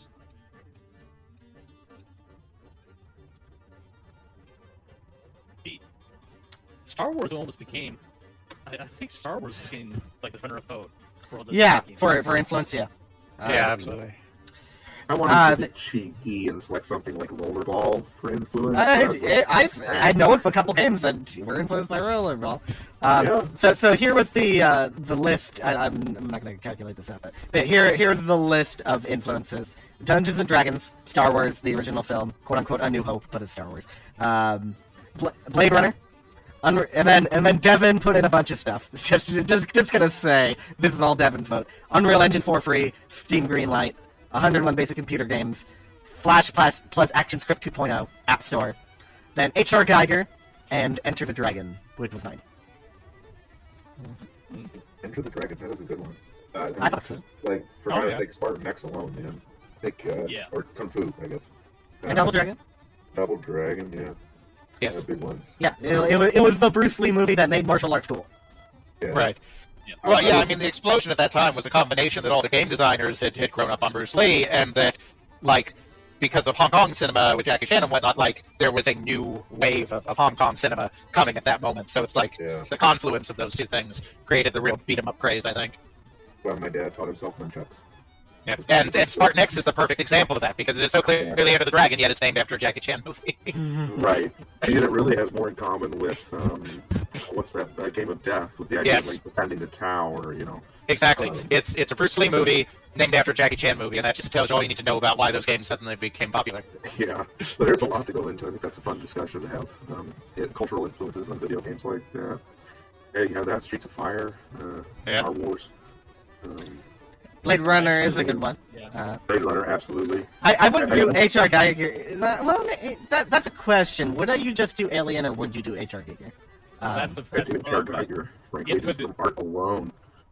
Yeah, because it is his style, but it's also like people are drawing his style from one source. That's true. I mean, they aren't looking at his paintings or his cover of Brain Salad Surgery, which is really cool, by the way. You don't know that. Well, game musicians were, but yeah. Yeah, it probably would be Alien specifically, but it's the particular emphasis on this kind of uncanny, unnatural yet somewhat recognizable craftsmanship in his works. I think that appealed to a lot of not just Japanese creatives, but many. I mean, Darkseid, for instance, for a Western game example. A lot of creators. I mean, he literally did the art in that. So. True. I think the thing I always got hung up on when talking about the video game influences, I just kept thinking of, like, these side art and flyers for 70s video games. Like, what would have influenced that?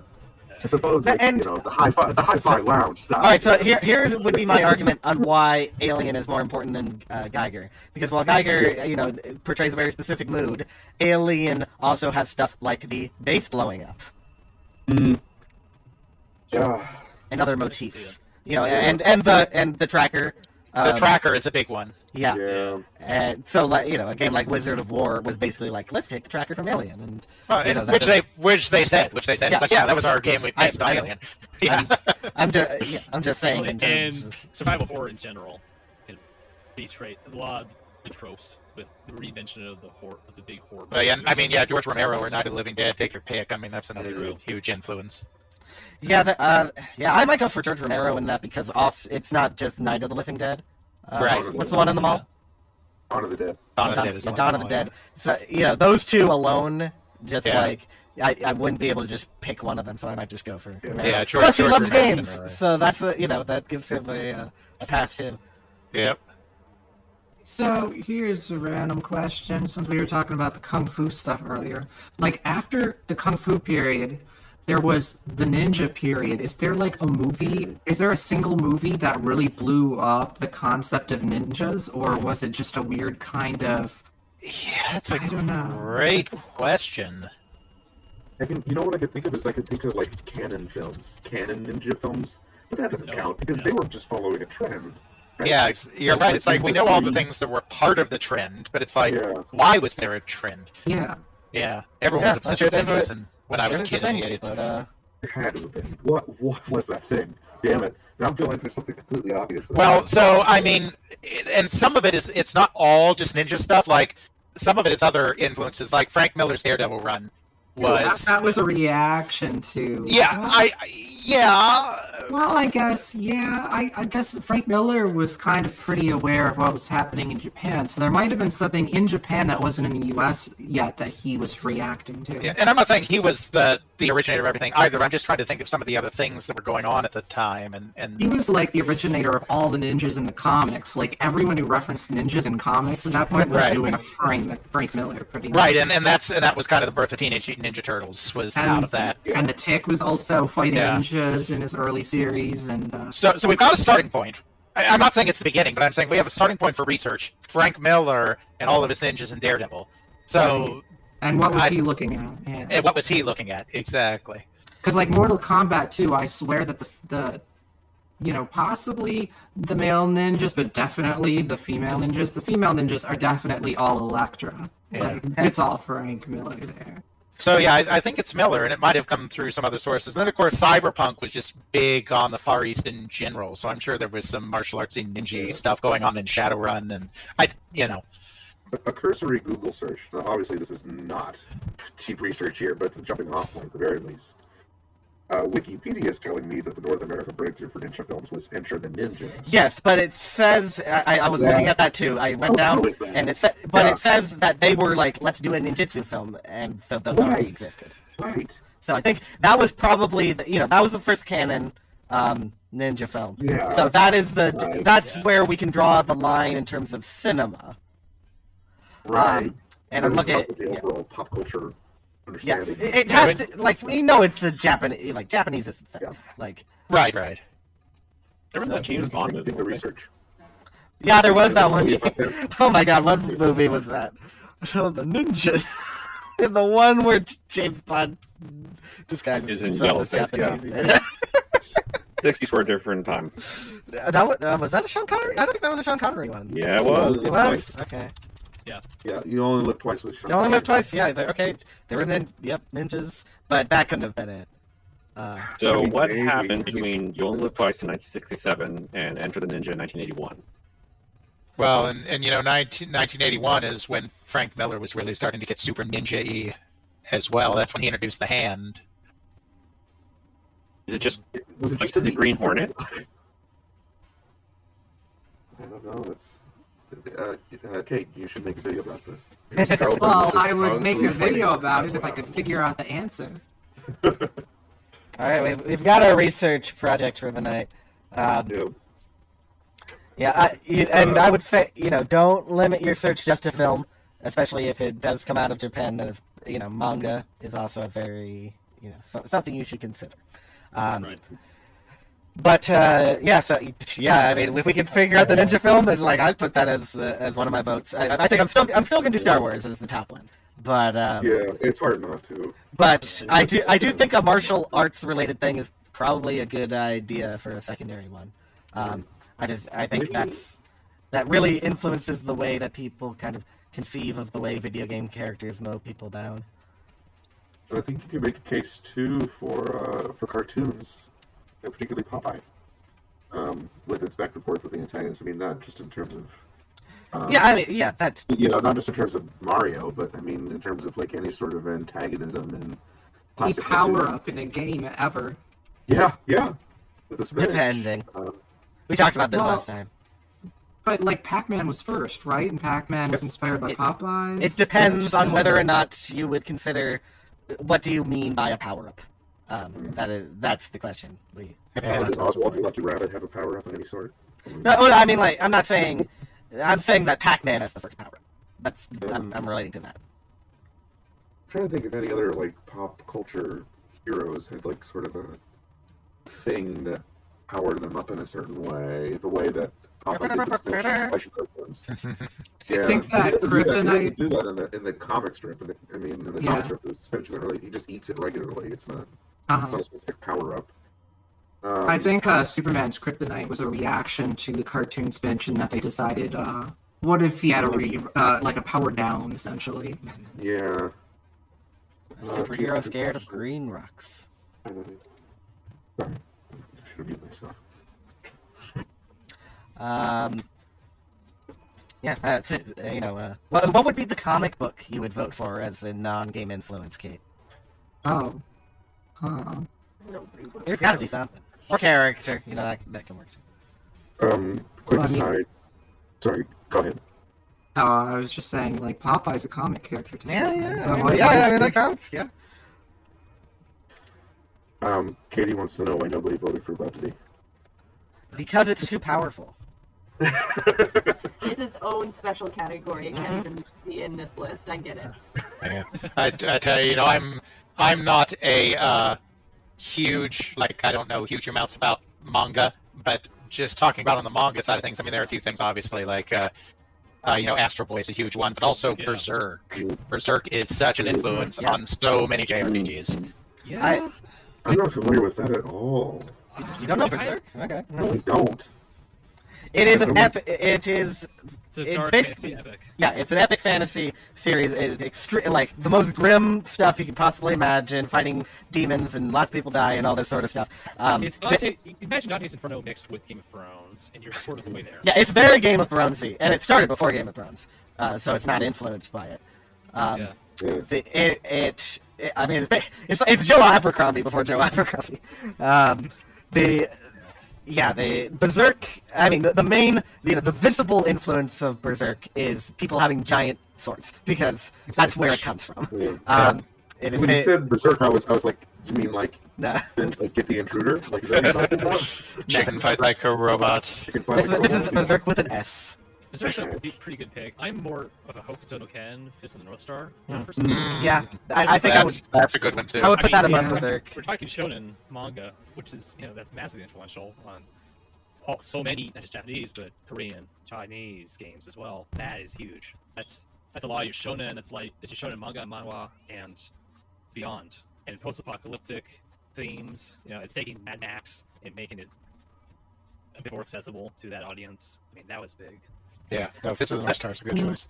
I mean, I would say anything that you could draw a line to Fist of the North Star, you could draw a more direct line to Mad Max. Yeah, I was going to say. One where the aesthetics of Berserk have gone beyond what the original series was in the same way that the Geiger's Alien has. But anything that's based on Fist of the North Star is still pretty close to Fist of the North Star. I think the difference is the martial arts aspect, the heavy emphasis on Ken's own particular, his Omae wo shinderu, and other enemies he fights. Instead of a monster week, it's a martial arts week approach, and that elevates beyond just being a kind of Mad Max, because that plays into the aesthetic as well. To be fair, though, Fist of the North Star is essentially what if Bruce Lee starred in Mad Max. So, like, Bruce Lee is really the big video game influence that we should be adopting. Yeah, you can go with that. Like, that's Dragon and Bruce Lee him as a figure, he kind of transcends the movies that he came in. So maybe I'll vote for Bruce Lee next time rather than Enter the Dragon itself. There has been a Bruce Lee in every single fighting game franchise. You're not wrong. Oh. Now we're all thinking, like, is there a way we could get around this? I've been given so much to think about throughout this whole thing. Like, I'm learning about Escape by Silas Warner, Berserk the manga, which somehow I've never heard of. I've been getting a lot of homework, is what I'm saying. We all have culture that we need to absorb. I mean, even the stuff that we talk about. How much of us, how many of us have actually like watched through Fist of the North Star? I watched the animated movie once. I have not read any of the comics though. I mean, it was a comic first, right? Yeah, I'm misremembering that. Yeah, it's manga. Yeah. So yeah, I have watched it. I have no desire to watch it again, which disappointed me because I'm such a big Double Dragon fan. I was like, it's got to be like Double Dragon, right? Maybe Streets of Fire is more your jam. I did watch that one too, and that was slightly more my jam. Yeah, it's been on my to-watch list for forever. I've yet to pull the trigger. Have you watched Miss Trouble in Little China? Oh, yes, I have. That I've watched. Yeah. Used to be on HBO all the time. Thank you very much. And if you're talking Final Fight, like, you got to see The Warriors, which is by the same director as Streets of Fire. I have that on DVD. I love The Warriors. I was going to do my friend, I've yet to put it in. Oh, historians! Come out today! Oh, I love that movie. But if I'm going to watch one, what do I watch first? Do I watch The Warriors first or Streets of Fire? Warriors. Yeah, I'd say Warriors. Pretty good. Yeah. I've never seen it, Streets of Fire, so I don't know. Streets of Fire doesn't work quite as well, but stylistically it's more fun. Like, as far as eye candy, I guess, but it's not as fun as Service. There's music by Jim Steinman, right? I couldn't die. Meatloaf guy. He's the guy who did the producer. Bat Out of Hell. Producer Bat Out of Hell. Not the singer. Yeah. Yeah, I know Bat that he's Out not of the Hell. singer, but he made all the Or music. the writer. Yeah. And what else did he write? He wrote Total Eclipse of the Heart. Total Eclipse of the Heart. Really? Yeah. Okay. I didn't know. Batman musical that never got produced. It's a super long, weird narrative song with a totally Steinman music video. If you stop to think about it for a second, it's like Total Eclipse of the Heart. Yes, that makes sense. I love his music. It's very Broadway in a certain sense. He died in 2021. Yes, he did. Rip in peace, Jim Steinman. Well, let's ask this question. Is there a musician you would put on? I was actually just about to bring that up because you also, as something timely, considering he recently passed away, YMO. YMO? Bill Magic Orchestra. Yeah, absolutely. Why? Yeah, of course. YMO's a weird one because it was both an influenced by and influencer of. Yeah, one track that they have computer games, which is like what, X City Circus or something like that. Yeah, it's X City Circus and one other one. I'm trying. It's a Boot Hill. Boot Hill. Yeah. No, I mean they're definitely an influence as well, but I'm just saying they were on both ends. It's just neat. If I was to pick one, I would pick Keith Emerson specifically, because he made the synthesizer and instrument. No disrespect to Andy Carlos, who you have did some cool stuff. One of my favorite synth artists is Jean-Jacques Perry, but that is nothing. I mean, that guy wrote Baroque down. That's not the same thing. That's not the same at all. Well, I mean, I guess the difference in YMO Emerson for me is YMO, yes, it's basically a popular craft work if you want to pull it down, but they quickly diversified their sound, and that was like Solid State Survivor and Night Boys in a way that would influence not just the Namco sound, but plenty of others. I mean, for instance. Whereas Emerson and Rick Wakeman and a bunch of other synth artists in the prog rock scene, yes, they were synthesizer showmen. They were really good at that. And that's why I can't say it's just Emerson alone. I don't think it's that. Oh yeah, I mean, it's not that. And another one. I mean, going way back. I mean, Bach, because since we had so in early music, it wasn't a good idea to do many tracks that had a lot of sustain, and so Yeah. When looking towards more classically oriented music, they looked towards Baroque music and harpsichord music and whatnot, because that was the style of classical music with very little sustain, because the instruments couldn't sustain. Yeah, well, very specifically, you have gyrus, which is just Bach. Yes. Yeah.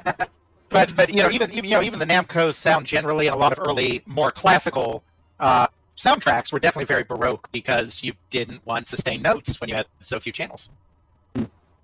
That's an excellent point to make. I like that a lot. Yeah, I do think. I mean, if you go back that far, at that point, I just go back to Pythagoras. That's right. Oh Lord. Within the century. No, I get you. Yeah, no, I agree that we shouldn't go back through all of human history, I mean, if you think there's something, if you feel that Herodotus's histories are just so influential on the way that we construct video game narratives, I'm not going to stop you. But I would argue it. Who was the one that used heavy Bach? Was it Parodius that used heavy Bach influence too? Wouldn't surprise me. Well, there's a lot of Bach and Parodius, right? Go ahead, Kate. Yeah. On the Bach note, I wanted to point out also that Wendy Carlos's first album was switched on Bach. Yeah. Right, there you go. Yeah, I would totally vote for Wendy Carlos eventually. And of course we have Sid Meier's CPU Bach. You know, honestly, I think when I was messing around with Family Tracker, which is the music thing for Famicom sound chips, whatever. Right. That was like one of the first things I did was like punch in a Bach tune to see what it could do and how many voices I could stick on it. Yeah, I think there's plenty of legitimacy there to argue for that. Yeah. Like it. Now I'm trying to think of other various forms of media that may have an influence. Nobody knows anything about radio, so... French futurism. I mean, that's just art. Rules burn style. There you go. There's not a lot of steampunk in video games, I'm sorry to say, Nate. Yeah. It could be. What was the one game that the Fallout people tried to do that was steampunky that didn't? Oh, Arcanum. Was that Arcanum? Yeah. And it's, I haven't played a lot of it, but it's pretty good. Yeah, but it didn't do well. It's like that was. If steampunk was going to have a big moment, that would have been it. I guess Guys of Arcadia is a little steampunky. Yeah. It's more Lava Toads, mate. Yeah. But then he's Lava steampunk, so. Who is a chef that you would vote? Yeah, I know. I was thinking about that, but Julia Child, obviously. She brought it to the masses, damn it. That's right. She brought butter to the masses. Could we have ever had Cooking Mama without Julia Child? That's right. That's right. I don't know, is there a fiction author who would be considered? I mean, certainly Tolkien. Yeah, Tolkien. Yeah. And Moorcock. Who did Moorcock and Howard.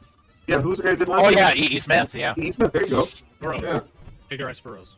I don't know. Yeah. Edgar Rice Burroughs, like he wrote stuff beyond the cartoon stuff. Cartron. Barsoom, the Barsoom novel. Barsoom. And John Carter. That is Barsoom as John Carter. And Tom Swift is Burroughs, right? Is that Burroughs? I don't know. That's a good question. That's not a piece. Oh, okay. Oh well. It's Stratemeyer. Oh, okay. Yeah. And I mean, I don't know. Hardy Boys not that influential in games, from what I've seen, at least. No. Agatha Christie. Sure. Yeah. Sure. That's every other mystery visual novel. So. Well, and Lovecraft, obviously. I mean, H.G. Wells. Well, I suggested Burroughs because Lovecraft is also making that kind of weird fiction that Burroughs helped make commercially viable. But people systematized Lovecraft. Yeah. Alex Raymond. I think you could make an argument for Mr. Flash Gordon. Oh. Alex Raymond did Flash Gordon.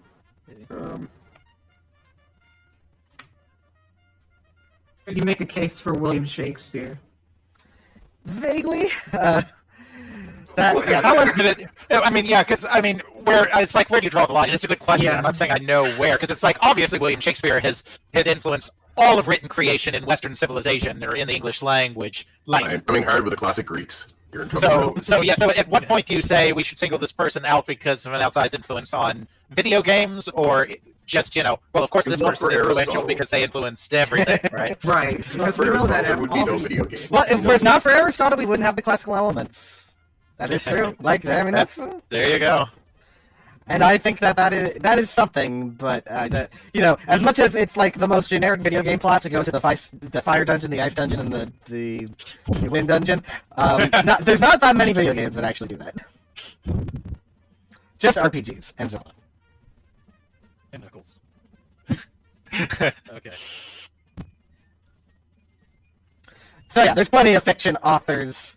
Tolkien would be number one, obviously. I mean, yeah.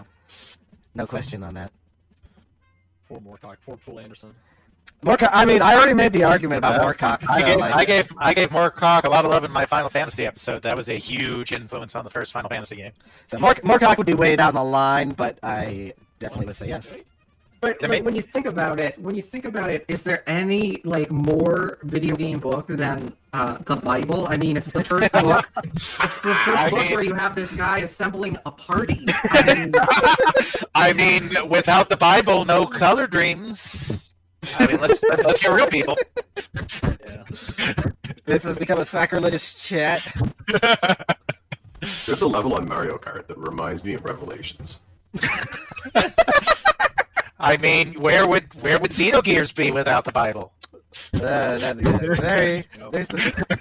And where would Final Fantasy be? I mean, they got plenty of imagery in there, and Sephiroth, and I think they owe more to the Hindu gods than they do the Christian gods. Oh, they got everything in there. All their Ramu and Shiva and.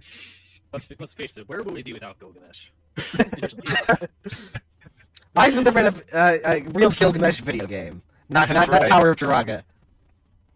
Yeah, that's Gilgamesh and Enkidu hanging out, doing terrible things to the inhabitants of the world. Have you played the Hildebrand side quest of Final Fantasy XIV? No. Well, Gilgamesh is a recurring character in Final Fantasy games, but I mean, they took the name from Gilgamesh. I mean, it's not really Gilgamesh, but he goes around with his Enkidu in Final Fantasy XIV and gets up to mischief. Now, which Sid is more important, Final Fantasy or Meyer? Oh, ouch. I mean, there's so many Sids in Final Fantasy. They're all unique special snowflakes. Mm-hmm. We've gone down into the abyss. Sid named after Sid Barrett. That's what I want to know. Yeah. It was not Whitey, so yeah, that's it's one spelled count against it. Not sure. Maybe. I'm not sure. It is I spelled don't- like. That's a name Wimatsu would pick. But also, he has no connection to him, so it's like True. there's no similarities. It's not like he's ever a musician or anything. Right. So I think it's just a name that sounds Western enough for them to be like, oh, that's a guy who is not from around here or something. Yeah. But now we're getting into speculation land. Historians never speculate; they're always accurate every single time. I look wistfully over the corner at every one of y'all with proper sources for everything, and I'm in speculation lands.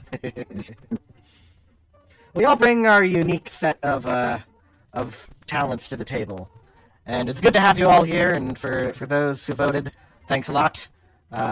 It's more interesting when more people vote, and I encourage people to go against my whims and tear down my arguments as necessary. Delightful. Your tyranny is over. Mm-hmm. Except I do control the list at the end of the That's day. true. And thank you for your efforts in compilation. Yes, thank you for hosting. And organization. And dedication. And some other shunts as well. Mm. I put way too much effort into those videos, and while you probably couldn't see them in full glory over the stream, I will have them up as their own video. Yeah, a little supercut of them. Awesome. Yeah. Well, thanks so much. Yeah, let's wrap it up here. The Game of Alexandria notables, the trailers. Yeah, I mean, basically, yeah, it might be a good title. But yeah, thanks everybody for coming out. It was a good time. We got to discuss lots of weird things, and we got many more rabbit holes to go down. History is a never-ending process. And we will do this again next year with 6 more titles to be inducted in, and then we will have 30 games that we consider are notables. 30? We're at 24 now. Next. Are we? 20, Oh, that's right. Yeah. My bad. Yeah. I miscounted. Right. Yes. Hey, have a good night. All right. Peace to you all. See you another time.